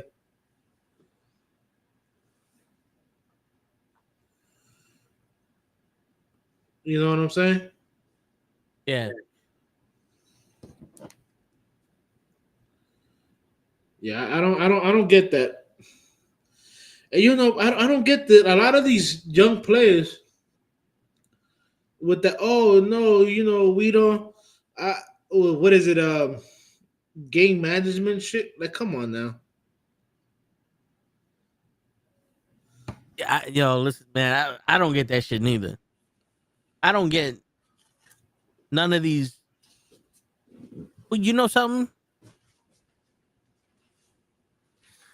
I don't get it in the sports aspect, but I get it in the business aspect. Everybody is a business, so everybody has their own interests and all that other shit. But you're never gonna win like that. Tim Duncan won multiple championships because he sacrificed his pay for other people to get their money. He's like, yo, you want to be on the team, you gotta play. I don't give a shit about winning. Jordan would punch his teammate in the fucking face if they didn't want to play. Kobe said this shit, and when I was younger, he sounded like a dick. But now, as an older man, I understand it. Where he goes, I watched you practice. Why would I pass you the ball? Damn. Oh, yeah, I think I remember that. Yeah. Like, you want me to pass you the ball? I seen you practice. Why would I pass you the ball? You suck. And it's like, yo, it makes sense. I seen how you practice. Why the fuck you gave me no confidence that you could make whatever shot or whatever predicament I put you in, that you could make that shit work.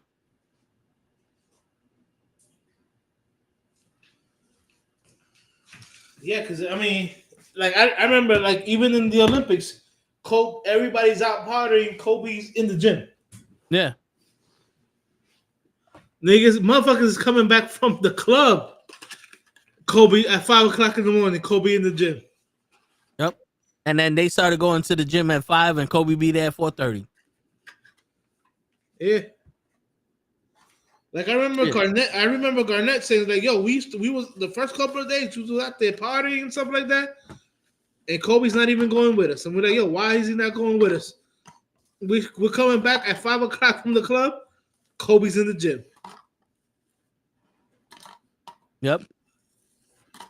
Shit, I remember there was one guy. I forgot his fucking name, but he just got traded to the Lakers. He went to the gym. He started training. He got there. Kobe was already there, full of sweat. He trained for an hour and a half, and on his way out, he still sees Kobe there training. And he did that a couple of days, and he went up to Kobe. He's like, "Yo, how long you train?" He goes, "I was done, but I saw you walk in, so I wanted to let you know I wasn't gonna leave before you." Yeah. He was like, "I was done training when you walked in, but because you walked in, I wasn't gonna leave before you." My man, that's that competitive spirit. Yo, and you don't have to be a psychopath like that to win, but you got to be determined. Right. You got to be determined and committed to winning. You know what I'm saying? And that's what people don't understand. Are you committed to winning, or are you committed to making the best situation for yourself? Because there's some teams that will give you the best situation for yourself, but then there's other teams that no, we're here to win. Right. And there's a difference. Like, I believe Rodgers was committed to making the best situation for himself. He wasn't there for winning. And a lot of these Jets players now are going to be asking for trades because, like, yo, I'm too young to be stuck in this situation where I'm going to keep rebuilding and now I'm going to be on a fucking bad team for my whole career. How many players have gone from the Jets and made something out of themselves? Sam Darnold, Geno Smith. Revis became a fucking Super Bowl champion. Right. It's like, come on, bro. We also need to ask that of our fucking coach and our coaching staff. As much as we demand from our players, we need that from our coaching staff. And I'm sorry, but trading away the best players we have for draft picks, to me, that's stupid. Because you get what? A couple of draft picks. All right, cool. You could have traded away someone who's decent for almost the same amount of draft picks, or maybe one or two less. Who do you have your eye on in the draft that's going to replace these fucking people? And here's the thing. There's no guarantee. Yeah.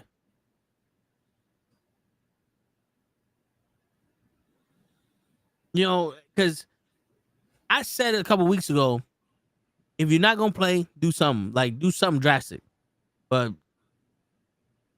this is a guy that doesn't play in the NFL, doesn't coach in the NFL. And I wasn't talking about do something drastic and fucking send your best fucking defensive players away. All we had was a defense. You telling me you couldn't trade away Justin Fields for fucking picks? We ain't gonna win the championship this year anyway. Right. Because now, what did you do? What did they do, Hodge? They put a hole in our defense. So even if we do get fucking the first round, first pick of the draft, two big holes. Yeah, if we do get the first pick of the draft, guess what we're picking? A fucking defensive player to fill one of them holes. We ain't getting a fucking quarterback. I guarantee you, we get the first pick of the draft, we're probably gonna fucking trade down to like 5 or 6 or some shit like that, so that way we can fucking get a good, decent fucking defensive player and another pick and get a lineman or some shit. There's no fucking way that we did this shit and we're gonna get a fucking quarterback first pick of the draft. No way. Gotta be out your fucking mind. Dude, you don't plug a hole on a boat by drilling out a fucking hole on another section of the boat and then putting that fucking cork in that. 100% right.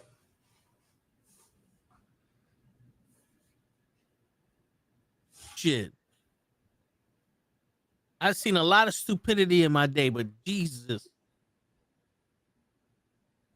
We didn't even get a player for him.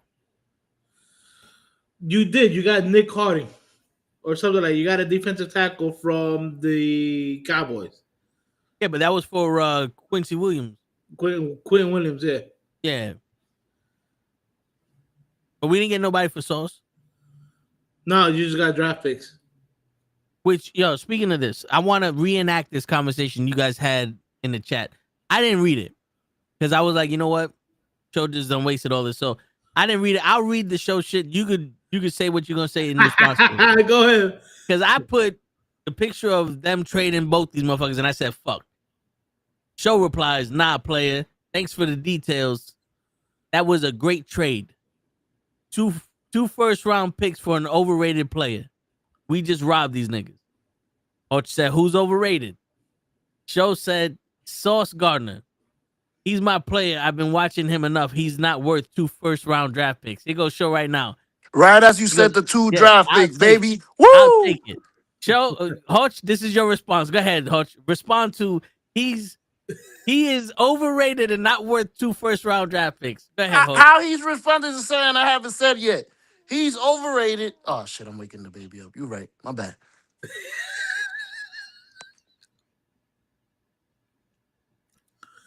What happened? He was waking the baby up. Yeah, Hoach, you know what the hell I was saying. So, Hoach, your response to Sauce Gardner being overrated and not worth 2 first-round draft picks? Wait. I figured it out. It's not only 2 first-round picks, it's also a wide receiver. No. Yeah, Mitchell. We get Mitchell from Indianapolis. Look it up, baby. Yeah, Mitchell who hasn't played anything. Okay, good. That's the steal. I'm telling you, we robbed these niggas. Okay, go ahead, Hoach, because Hoach says he's not overrated and you're wrong about them robbing him. Yes. He goes, a shutdown corner in his prime. Yeah, okay. And then he goes, and then Show says, who he shut down. Yeah. I think we traded Revis for less. And then here's the thing, right? he puts up the thing that the players you got for Revis. Quentin Williams instead of what you got for Sauce Gardner. Nah. I put what was given for Mekhi Parsons, which is less than we got for our cornerback. Well, you see that guy Kenny Clark that you guys got from the Packers? Yeah. That the Cowboys got from the Packers? The Cowboys just gave you that guy. That's the player that came over in the Quentin Williams trade. Okay, so we ended up with the guy that Green Bay gave Dallas for Mekhi Parsons. Right. And my reply is, bro, first 3 years he shut down everybody, and when y'all traded Revis, he was past his prime. Remember when fucking Zach Wilson was our quarterback, we had one of the top defenses in the game because of Sauce. Who won Defensive Rookie of the Year? I believe it was Sauce Gardner, wasn't it? Right. Who in his sophomore year, who basically shut down every single wide receiver he went up against. I believe it was Sauce Gardner. Right. Year 3, he did that shit too, right? I believe so. Right. And year 4, he just got tired of wasting his time. Yeah. Now he's a fucking and here's the thing. Here's what Show put. Sauce Gardner gave up 180 yards in 2023, which averages about 25.7 yards per game. This information is based on stats from the 2025 season up to the November 4 trade on. Total yards 180, yards per game 25.7. I failed to mention something. I think he might have been hurt this year, though. Oh, wait, no, don't make excuses now. No, yeah. And also, Joseph wants to tag in, which, Joseph, you let me know if you want me to give you the link so you can talk your shit about this shit too, because your fucking team stole my players. We'll give you about 10 minutes. But, yo, he goes, y'all got A.D. Mitchell and 2 first-round draft picks. Mitchell is the wide receiver that fumbled the ball in the red zone during the Broncos game. He hasn't played since. That's that game. Yeah, that's the steal you guys got. That's the steal we got. That was just the cherry on top. Ocean 11, these motherfuckers, Hodge. I don't think you understand, people. We got 2 first-round picks. We got the same thing that they got from Mekhi Parsons. You telling me that this DB is the same quality as Mekhi Parsons? Okay. Joe, he already admitted that. No, I told you in our conversation, 2 different players. Joe, but you're we telling got the me same thing. What are we gonna do with those 2 first-round draft picks, Joe? Oh shit! Don't mention that. You know we're gonna fuck up, but at least we got it. No, but what are we gonna do with it? Because this is the shit I was saying it before. We have a hole in our fucking defense. I think we're doing the right thing though. So we would have kept him. We would have had him on a team that's 0-17, and he would have never shined, and he would have gotten upset, and he would have left during free agency for nothing. So we would have never What are won. you talking about? He just signed a 5-year deal with you Yeah. guys last year. You guys have him for at least You guys had him for the next 6 years. Yo, bro, and here's the thing, Show. If you really want to be smart about this shit and you want to get rid of Sauce, get rid of him during the draft. So that way, when we have the first round pick, we get the quarterback, and then we trade him for somebody else that might be a fill for the fucking defense and another pick. Why don't you fill that hole up in the draft?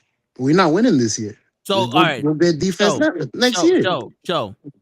So here you go. Your first pick, your first overall pick.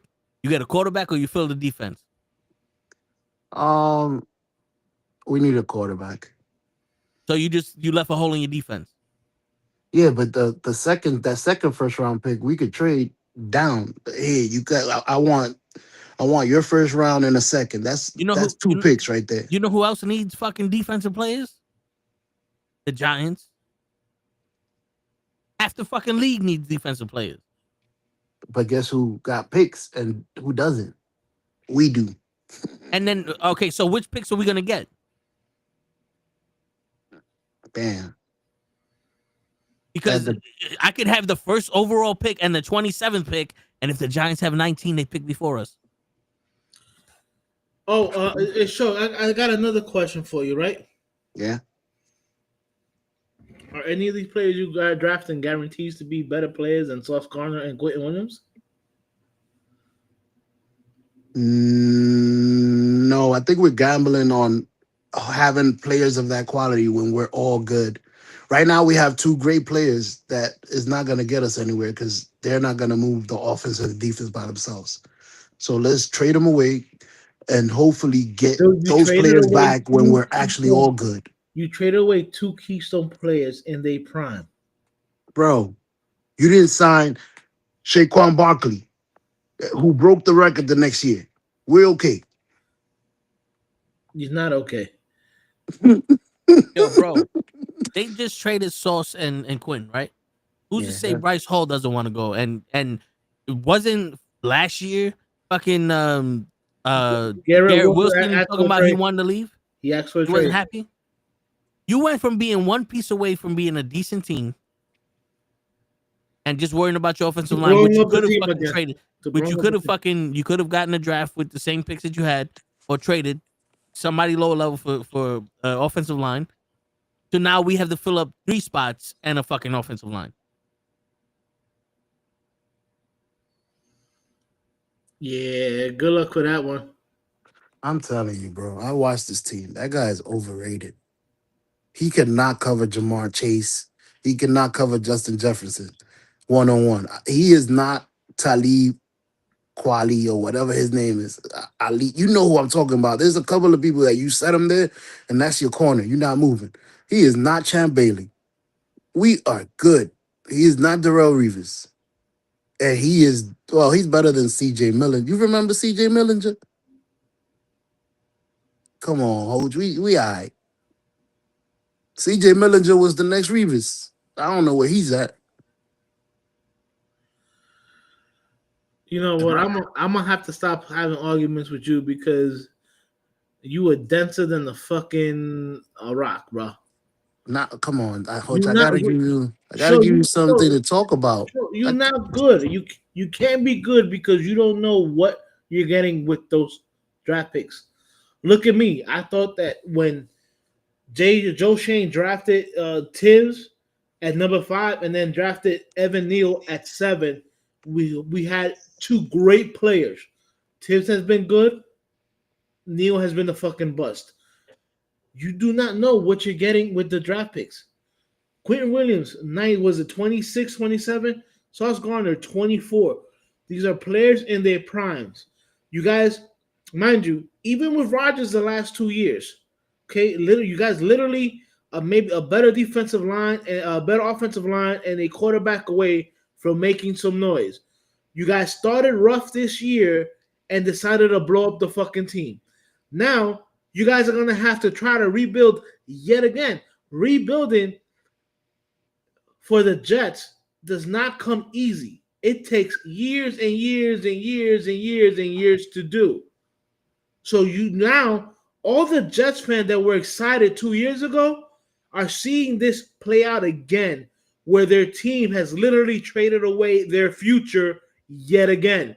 So the Jets are telling their fans, hey, we're going to blow this shit up yet again for like the umpteenth time in the last 20 years, but we still want you guys to stick with us. It sounds like the Giants. When was the last time the Jets won the Super Bowl, show? Good point. But Dude, it does. It just sounds like a reason, like a bro, similar you story. weren't even born when the Jets won their only Super Bowl. Word. I was barely born. Huh? I wasn't born when the Jets won their Super Bowl. It's been over 50 years since the Jets won a Super Bowl. And the last time the Jets were relevant were those 2 years that Mark Sanchez took them to the AFC Championship game under Rex Ryan, who were Herm Edwards players. That's the last time the Jets were relevant. You know when that was? 50 years ago. In the early 2000s. 25. 2010. Yo, your team has not been relevant because every 3 years they're blowing up the team. They draft one or two good players, and before they can actually bring something together, they blow up the team. This is a constant with you guys. How can you guys continue to tell your fan base to have faith in, especially the owner or the GM, when every 3 to 4 years you guys are putting a whole new team out there?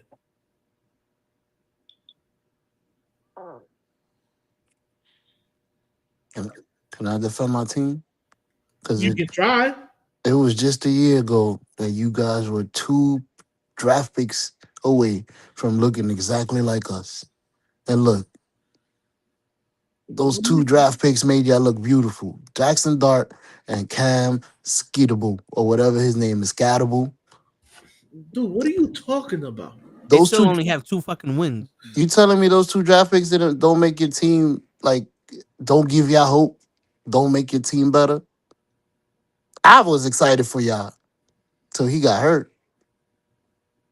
So I'm saying your team was 2 draft picks away from giving a little hope. We got 3. Well, we got 4.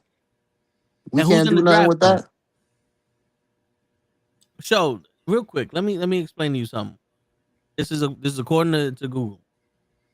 Early in the career, comparison to Darrelle Revis and Sauce Gardner. Sauce Gardner was arguably more dominant statistically in specific PFF coverage meters, lower completion percentage allowed, fewer yards per coverage snap, and became the first rookie cornerback to earn first team All Pro honors since 1981. He did it in both seasons. Damn. He also, quarterbacks have tended to target Gardner less often than Revis was targeted early in his career due to intimidation reputation as a shutdown corner. So what were you looking at? Who's the Colts fan here? That's normal guy? Joseph. Joseph, give us back a fucking cornerback, man. Take your picks back. All right, you right. No, because also think about this shit, Joe. It goes based off of the worst team gets the higher pick, right? Mm-hmm. So if we give them a chance to win and they get a better record, we're going to get a fucking late draft pick. Wouldn't it make more sense to fucking trade him to like the fucking Browns or some other team that's not gonna win with him or without him, and we get an earlier fucking draft pick? Like we trade him to the fucking Titans, and now we got the first and second round draft pick, the first and second pick. We gotta take the best offer, bro. That's true. You gotta see who wanted what. Maybe they didn't want him. This is the only team we could make a deal with. Look, so my whole thing is if you were the Packers, the Cowboys traded Micah Parsons away to the Packers. Correct. Right. But the Cowboys are usually in a almost making the playoffs or making the playoffs position. So to them, So to them, it's like, okay, we already have 3 players or 3 or 4 players with $100 million contracts. We can't afford to add another one. So we're gonna get draft picks with them. I'm not blowing up my team. Okay, that's actually a smart move by the Cowboys. The Jets, the Sauce Gardner, Quentin Williams were on good deals. Garrett Wilson I don't think he has signed an extension, but he got you guys got the 5th-year option for his contract. Okay, Bryce Hall, you guys could have re-signed him. You guys are literally a decent offensive line away from probably making the wild card. That if you would have kept this team together and in the offseason, go after offensive linemen, to sign, because you guys would have some money. Because remember, I think you signed Fields to a 2-year deal. Yeah. Right? And then almost all your other guys are signed to good deals, to good long-term deals, except for the guys you guys brought in the board for Rodgers, who I have to think this year the contracts are gone, which is like fucking Lazard or whatever. So in the free agency, you go after, some offensive linemen, and in the draft you go after, I don't know, maybe offensive lineman, and in the second round you go after a wide receiver, and you guys are in the hunt to be a playoff contention team. But now you literally guys are gonna have to start. You guys are not starting from block A, but you're definitely starting from block B instead of being in block D. And that's the whole thing. You guys traded away 2 guys, and you guys put yourself back. That now you guys were in the right direction. Because I'm sorry, I think Aaron Rodgers was a bad pick up for you guys, and I was one of those people that was all for it. But Toe, after a while, Toe was like, dude, he doesn't want to come to the Jets. That's why he's holding off on it. And Toe was right. So you had 2 bad years with Rodgers. You started this year off bad. You started off this year bad with Fields, because he's running for his life. And even Tyron Taylor, the game he played, he was running for his life. So you guys are literally an offensive line away from being a playoff contender. But now, since you guys traded Sauce and Williams away, now you're back to not square one, but square 2, basically. And that's all I'm saying, because with the draft picks you got, Indy right now is in the hunt for the playoff seat. So even with the Burger Jones, if they make the playoffs, the draft picks that you guys got from Indy are in the 20s. Now, mind you, you got this year. You got you got 26 and 20 and 2027 for them. So if this year they make the playoffs, that pick is in the 20s. If the Cowboys, as bad as the Cowboys are, they tend to have a tendency to make the playoffs, that's also going to be in the 20s. So it's not like your draft picks are picks that are going to be in the top 10 or the top 15. You have your pick that's probably going to be in the top 5, and then 2 picks that are going to be in the mid to low 20s. Now, I'm not saying you can't find good value there in the first round. You know what I'm saying? But it would have been better if you guys would have traded to a team and had maybe 2 picks in the top 10. I'm sorry. Again, you got to look at the players that are also coming out of college. Any of them right now are as good coming out of college as Sauce Gardner and Quentin Williams were.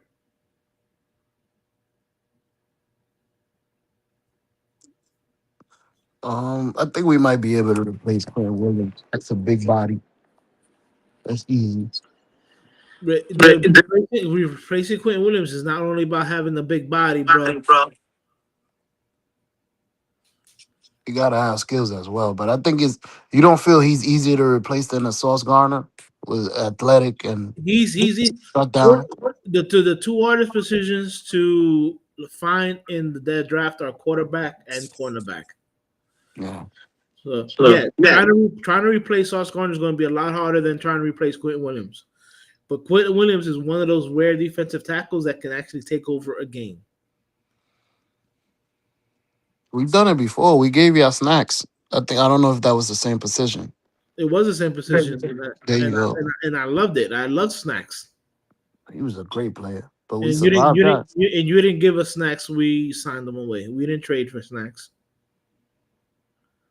Yeah, but we lost him, so we I guess we're okay. We were okay then. We'll be fine. We'll find something. We'll find another one. I think we found him in the draft recently, like 2 years ago. Quentin Williams, I think, was maybe 4 years ago. Okay.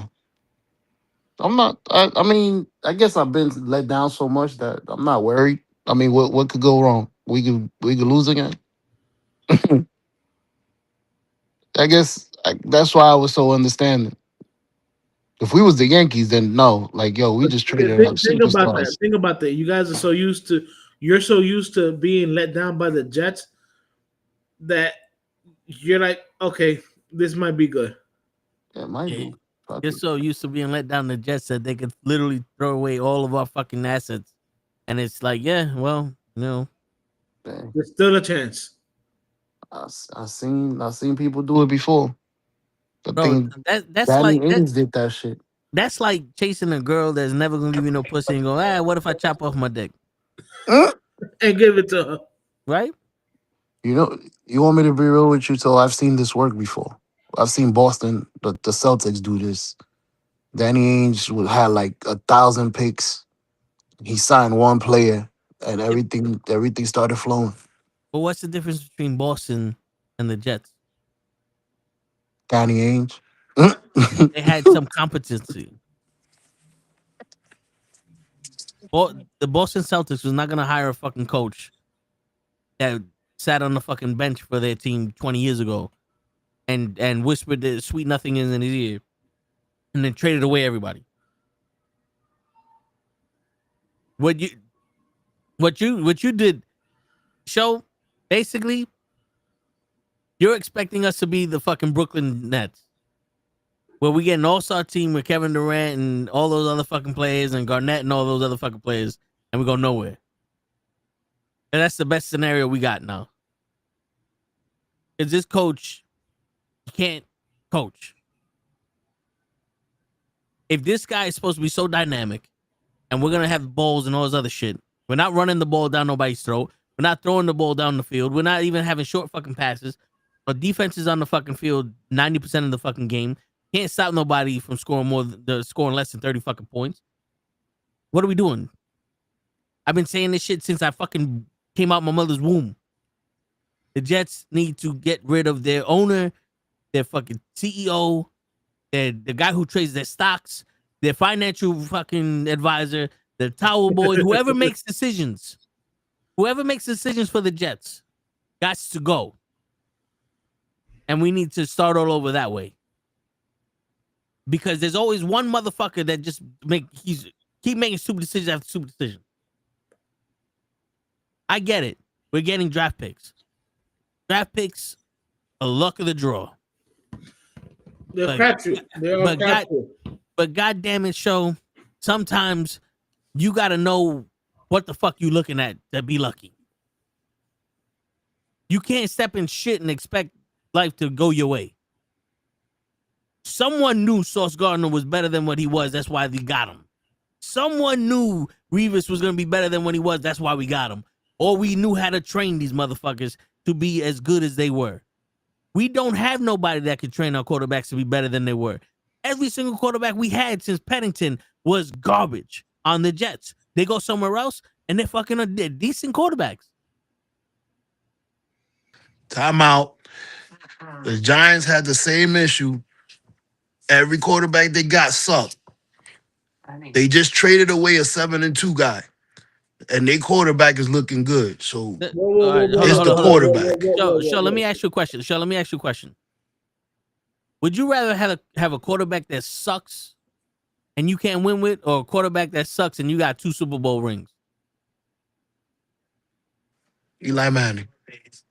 I mean, because he was the quarterback of the Giants for how long? 15 years. Yeah, and he won. The longest quarterback we had was for 5 years. Mark Chad Sanchez. Pennington. No, Chad Pennington was with us for what, 2 years, and he blew out his shoulder. Yes. Like, bro, you can't compare the Giants to the Jets because the Giants have some kind of competency. They have something about them that go, yeah, someone knows something about what we're doing here. They may not know how to play defense at the end of the game, but they sure as hell know how to fucking get a quarterback to throw the fucking ball somewhere. All right, and listen, don't say that we let it go. A 7-2 got to go. Look at Saquon Barkley left. Right. Look at Daniel Jones's stats with Seattle. 1 touchdown, 1 touchdown, 1 touchdown, 1 touchdown, 2 picks. 2 touchdowns, 1 pick. 3 touchdowns, no pick. 1 touchdown, 3 picks. The moment he saw a decent defense in the Steelers, he played like shit. Look at the games he played. Well, the game last week was week 9? Look at the first week he gave. Look at the first 8 weeks he played. And you telling me what good defense he played. Because he hasn't played a good defense. We all thought that Denver had a good defense, but they don't. So he hasn't played a team with a good defense. Not only that, his running back right now is on track to score like almost 30 touchdowns, have over like 2,500 yards rushing, and like about almost close to 500 rushing attempts. Okay, because they're abusing Jonathan Taylor right now. Okay, the only way Daniel Jones is a competent quarterback is when he has a team around him. That's not a good quarterback because he's not making those players better than him. They're making him look good. So it's the other way around. A good quarterback makes the players around him look good. Yeah, and against the Steelers, Daniel Jones had 1 touchdown, 3 interceptions, and 2 fumbles. How many fumbles did he lose? Both. 5 turnovers. Burger.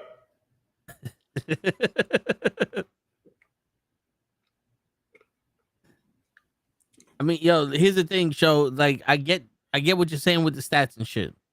And when Saquon Barkley was on the Giants, Daniel Jones looked like he at least can win a game. Joseph, stop lying. The Denver Broncos defense is not the number 1 defense in the league.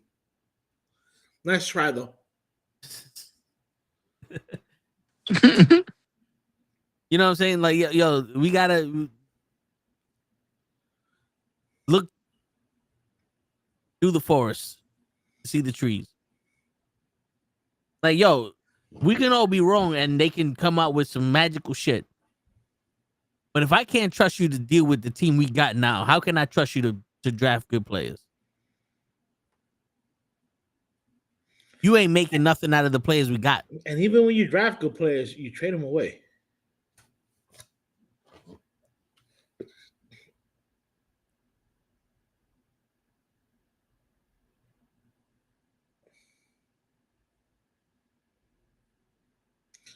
You know, I'm gonna have to fact check you, Joseph, because I'm about to look right now. The Houston Texans are the number 1 defense in the NFL by total touchdowns allowed with 15.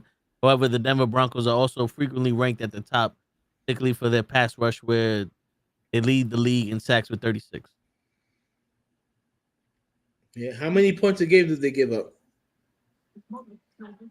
I do got a question though. Oh, so it's the Texans, then the Browns, then the Broncos. So the Texans allowed 15 touchdowns, the Broncos allowed 14, and the Browns allowed 20. But defensive yards average is 267, with the Broncos is 279. Because the Colts put up points against them, and my Giants put up points against them. So I'm sorry, I don't think they're that good of a defense. Now, Joseph, I'm going to tell you again. The Steelers didn't get one lucky game. the Steelers exposed Daniel Jones to who he really is. And I told you that was going to happen. All right. Your team has been riding the Jonathan Taylor coattails and a decent defense. Joseph, I'm telling you, I would give you the link. You come on here and you could talk to Hoch straight up. But that might have to be next week because it's already 11 o'clock on the dot. We in the drop top and we haven't even gone through the streets. Come on, Joseph. Your team has been riding the coattails of Jonathan Taylor, and you know that's true. I got a question for Hoach. Go. Since we got the same amount of players from the same team, What? would you have traded Quentin Williams for Mekhi Parsons? We got the same. We got 2 first-round picks for both players from the same team. Truthfully, as much as I like Quentin Williams, no. Because Mekhi Parsons can affect the defense a lot more different ways than Quentin Williams can. Now you understand why I said we came up. Now the same thing. Would you have traded? Wait, because we got the same thing for those 2 players, but you're saying that one is better than the other. What did we get for Quentin Williams? You got a first rounder, a second rounder, and the Packers for Mekhi Parsons, the Cowboys got 2 first rounders. So you guys did not get the same thing. For the sake of this argument, I had to say that because we got the same thing for this guy, for Sauce Gardner, but I can't really ask you the question. Would you trade Sauce Gardner for Mekhi Parsons? The Cowboys gave us a second-round pick in 2026 and a first-round pick in 2027. And Kenny Clark, Williams. the same defensive tackle that the Packers gave them. Yeah. So yeah, would you trade Sauce Gardner for Mekhi Parsons? No, a shutdown corner is a lot harder to find than somebody like an edge rusher, and edge rushers make more money because they go after the quarterback. But you can find there's a lot more better outside edge rushers than there are cornerbacks in the league. So you turning it down because you want to keep Sauce, is what you're saying? I would turn that down, yeah. Okay. Simply because you don't know where you're gonna draft, where those draft picks are gonna land, and you don't know who you're gonna get.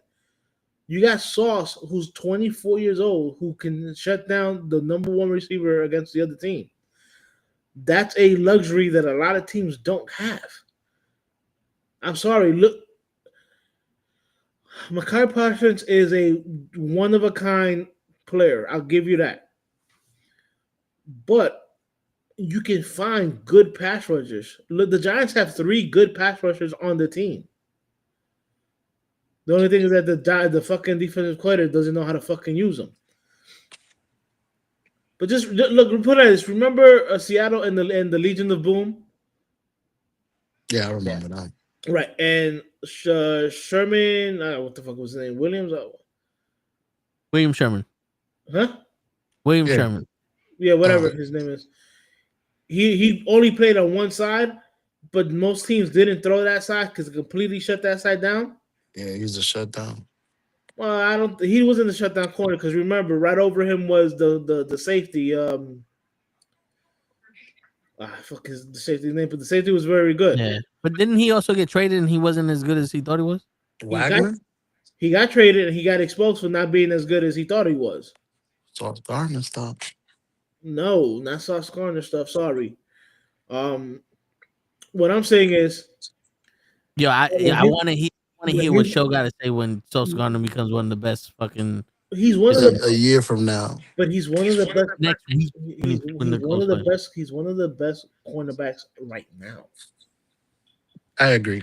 That's what it is. He's one of the best right now. Right now, Sauce is top 5. I agree. Maybe even top 3 cornerback in the league. I agree. It's like the quarterbacks. For right now, some of these motherfuckers are okay. Like Justin Fields.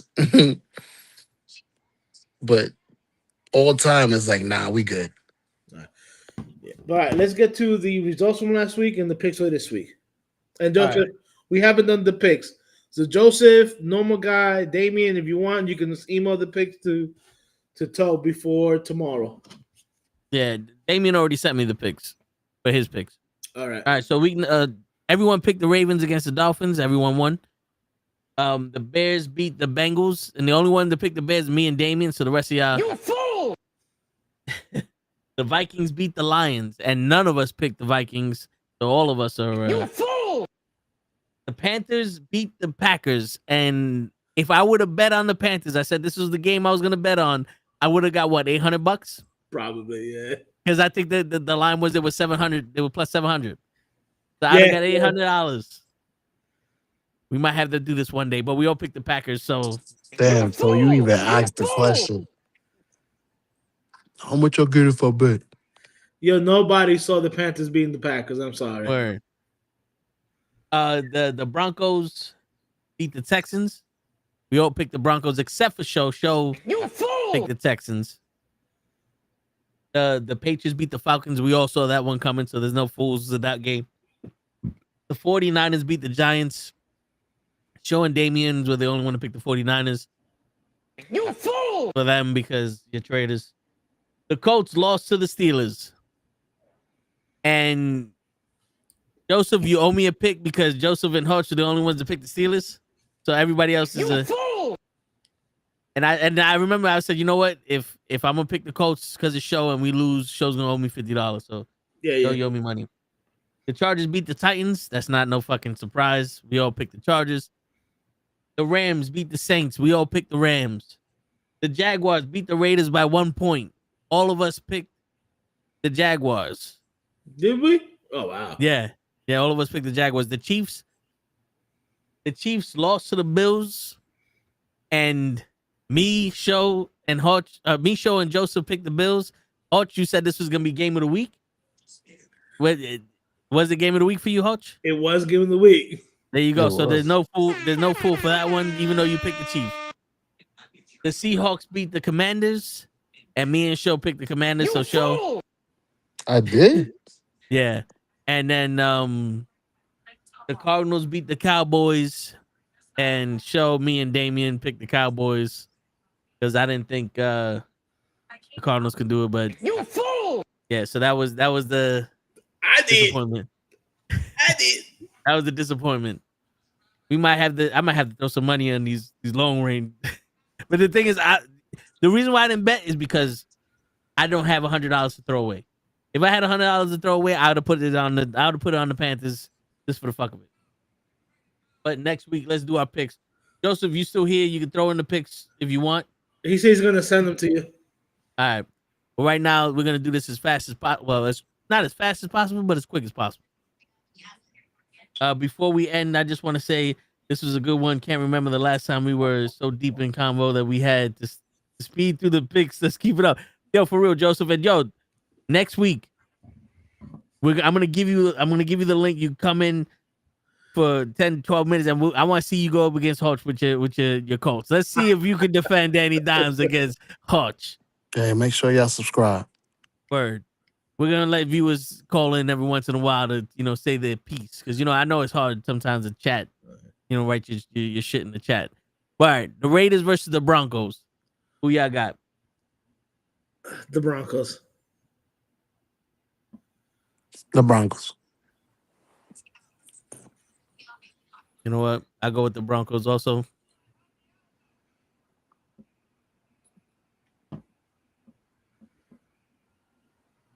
The Falcons versus the Colts. Falcons. I go with the Falcons also. I'll take my Colts. Oh, Joseph is still here. He took the Broncos. They're at home. Who? The Colts. Yeah. Yeah, I'll take the Colts. All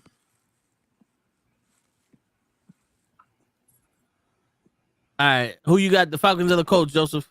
The Colts. All right. It figures you would get the I was Colts. gonna say, you think he's gonna go against his team? That's like Hooch actually picking against the All right. Giants. The Saints versus the Panthers. I'll take the Panthers. I'm gonna take the Panthers also. This is when they're gonna turn into the fucking Panthers and let the Wait, Saints hold on. Is there? mollywop them. Wait. That so the Colts game is a fucking early game on Sunday. Holy shit! What's that? London? They're in Germany. Oh, kind of figured. Oh Yeah, no, 9:30. you just changed my whole You outlook. should They have. gonna be tired. You should have known that. What, the Falcons live in fucking Germany? They both gonna be tired. I'm gonna go This with the Panthers too. this game Alright. gonna suck. I think we're gonna go with we're gonna go with a clean sweep with everybody picking the Panthers. Word. All right, Joseph picked the Panthers. Also, who you got? Show the Panthers or the Saints? The Panthers.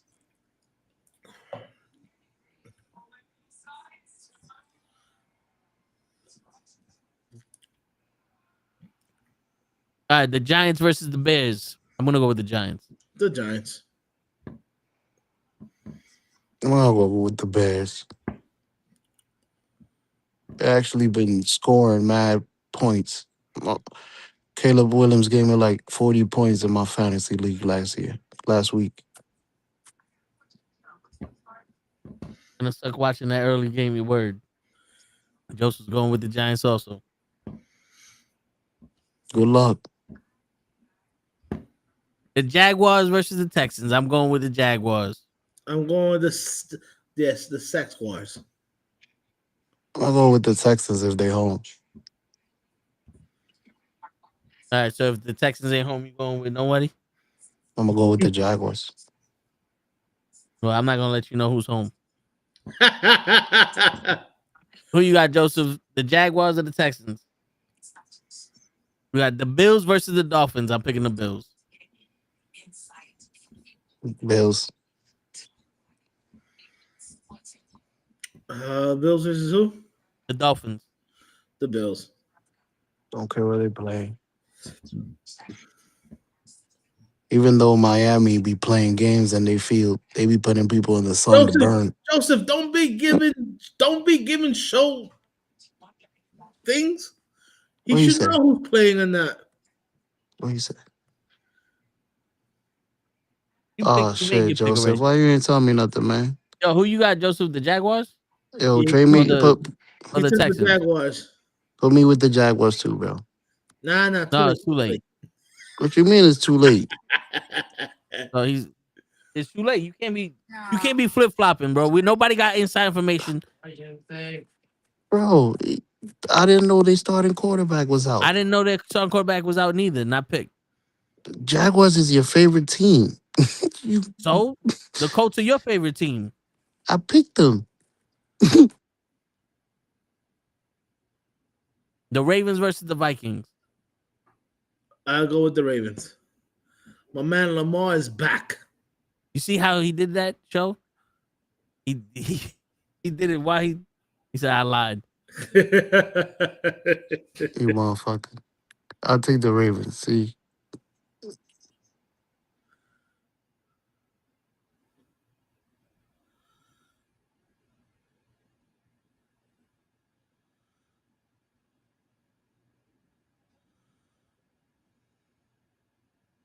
Who you got, Joseph? The Ravens or the Vikings? The Ravens. All right. The Browns versus the Jets. I'm gonna pick the Jets. Fuck them, that's why. I'm gonna go I got the Browns, bro. We just traded 2 players away. No, that was a good Rebuilding. thing. You said that was the best thing we could have did, Joe. We were building. And by your team. We need to Rebuilding. lose. Yo, dude, we can build in a week. We can rebuild in a week. That's what I'm saying. If we could get the number you got, 1 Hodge? overall, we came up. I said I was gonna take the Browns.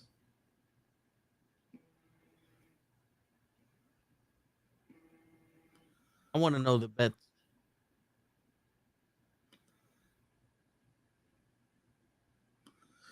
You fools. Who you got, Joseph? The Jets or the Browns?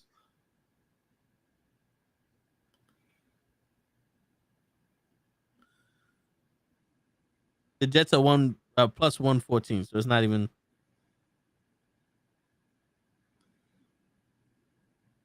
The Dolphins are plus 360 to win. Jesus. The Raiders are 380. So we might have to throw some money together and just put one of those bets on. If we hit, we Facts. split. We hit, we split. Cause now I'm mad that I missed $700. Just because even after those trades, which they still pull it off. I hear you.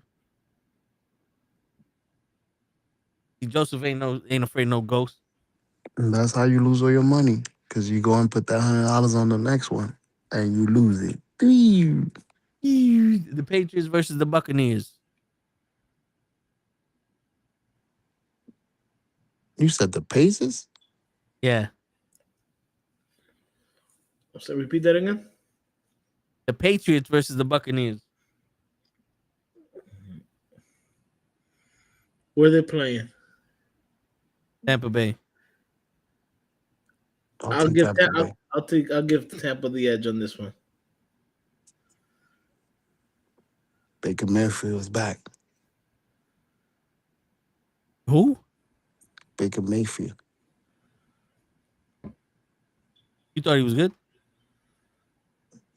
He was a top for MVP. Well, you said that you want Daniel Jones better than Baker Mayfield. Nah, he got another MVP on his team. He can't win that. I don't know. That's your boy, Daniel Jones. The Cardinals versus the Seahawks. What's his name is out for another 3 weeks. I will go with the Kyler Murray. Seahawks.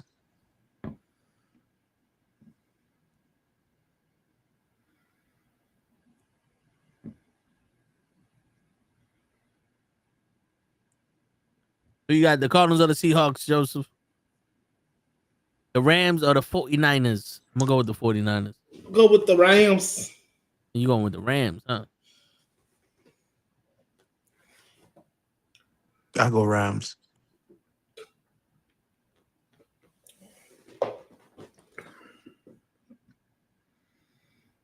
These show's just going to pick whatever team you pick, coach. I see that. Yeah, let me pick first, man. I don't want to copy y'all. Too late now. Joseph took the Rams. So I guess the 49ers is my upset of the week. Yeah, I guess so.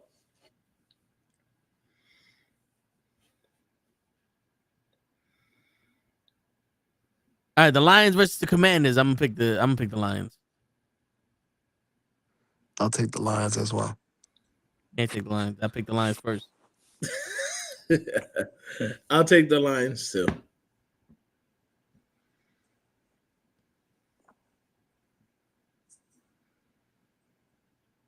Who you got, Joseph? The You got the Steelers Lions. versus the Chargers. I'm gonna go with the Chargers. Fuck Aaron Rodgers.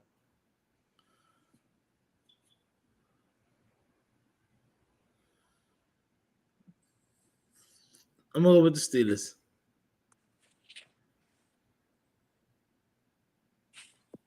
Me as well.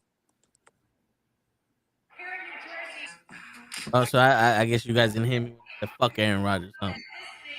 I heard you say fuck Aaron Rodgers. Hey, I that was heard that. because fuck the Rodgers and the Steelers. There you go, Joseph. He heard me say it, but we still need your Lions. Oh, all right, you said the Lions. He said the All right. Lions. Only reason he said that is because the Steelers and India are in the same fucking division. All right. I know The your Eagles- game. I know your game, Joseph. I know it. The Eagles versus the Packers. I'm gonna pick the Eagles because they got the refs on their side now. I'm still The gonna Eagles, go, my Legos. I'm still gonna go with Packers. Fuck the Eagles.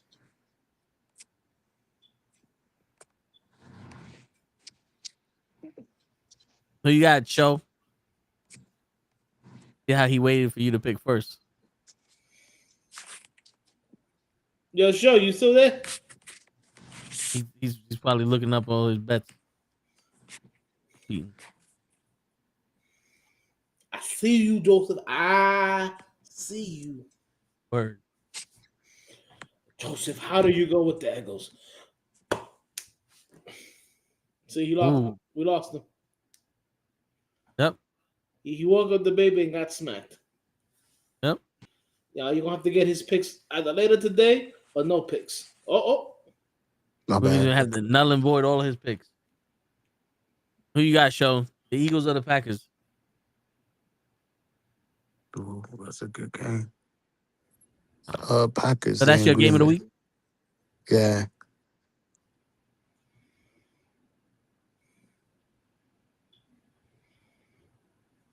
Who is it? All right. So, Hutch, since Show got game of the week, I got upset of the week. You got to pick your bet of the week. Teams on bye: Cincinnati, Dallas, Chiefs, and Titans. Yep. But all right. You said the Eagles. All right. So, Hutch, who would you bet on? You want me to give you the bet lines? Who you take the most money of? Hold on.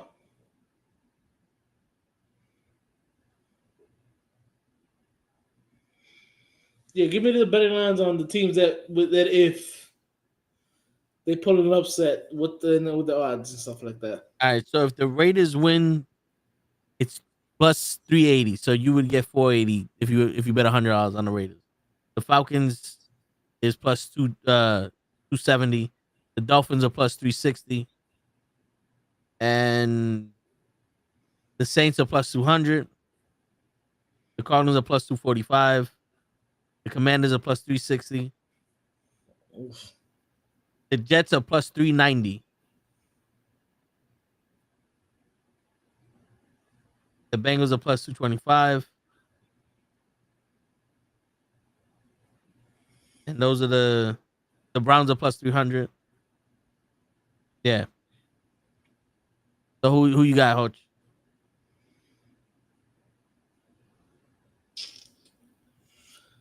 Damn, I don't like any of those odds, but I'll take the. What was the last one you said? Was it the Browns? The Commanders are 360. Well, no, they're not gonna win. Oh, next week, Thursday, when the Jets play the Patriots, that's when they're plus 390. This is all metaphorical. Who'd you bet on?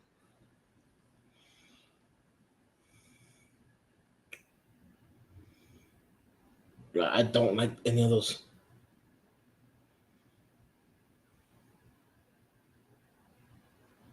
It's a wild shit.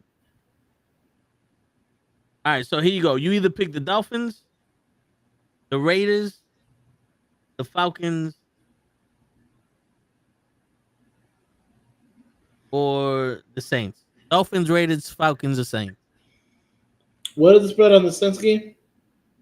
Plus 200. And the game right, the other one you said? The Raiders are plus 380. The Dolphins are plus 360.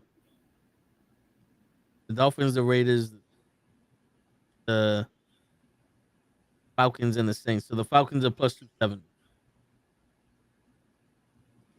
Go with the Falcons. Okay.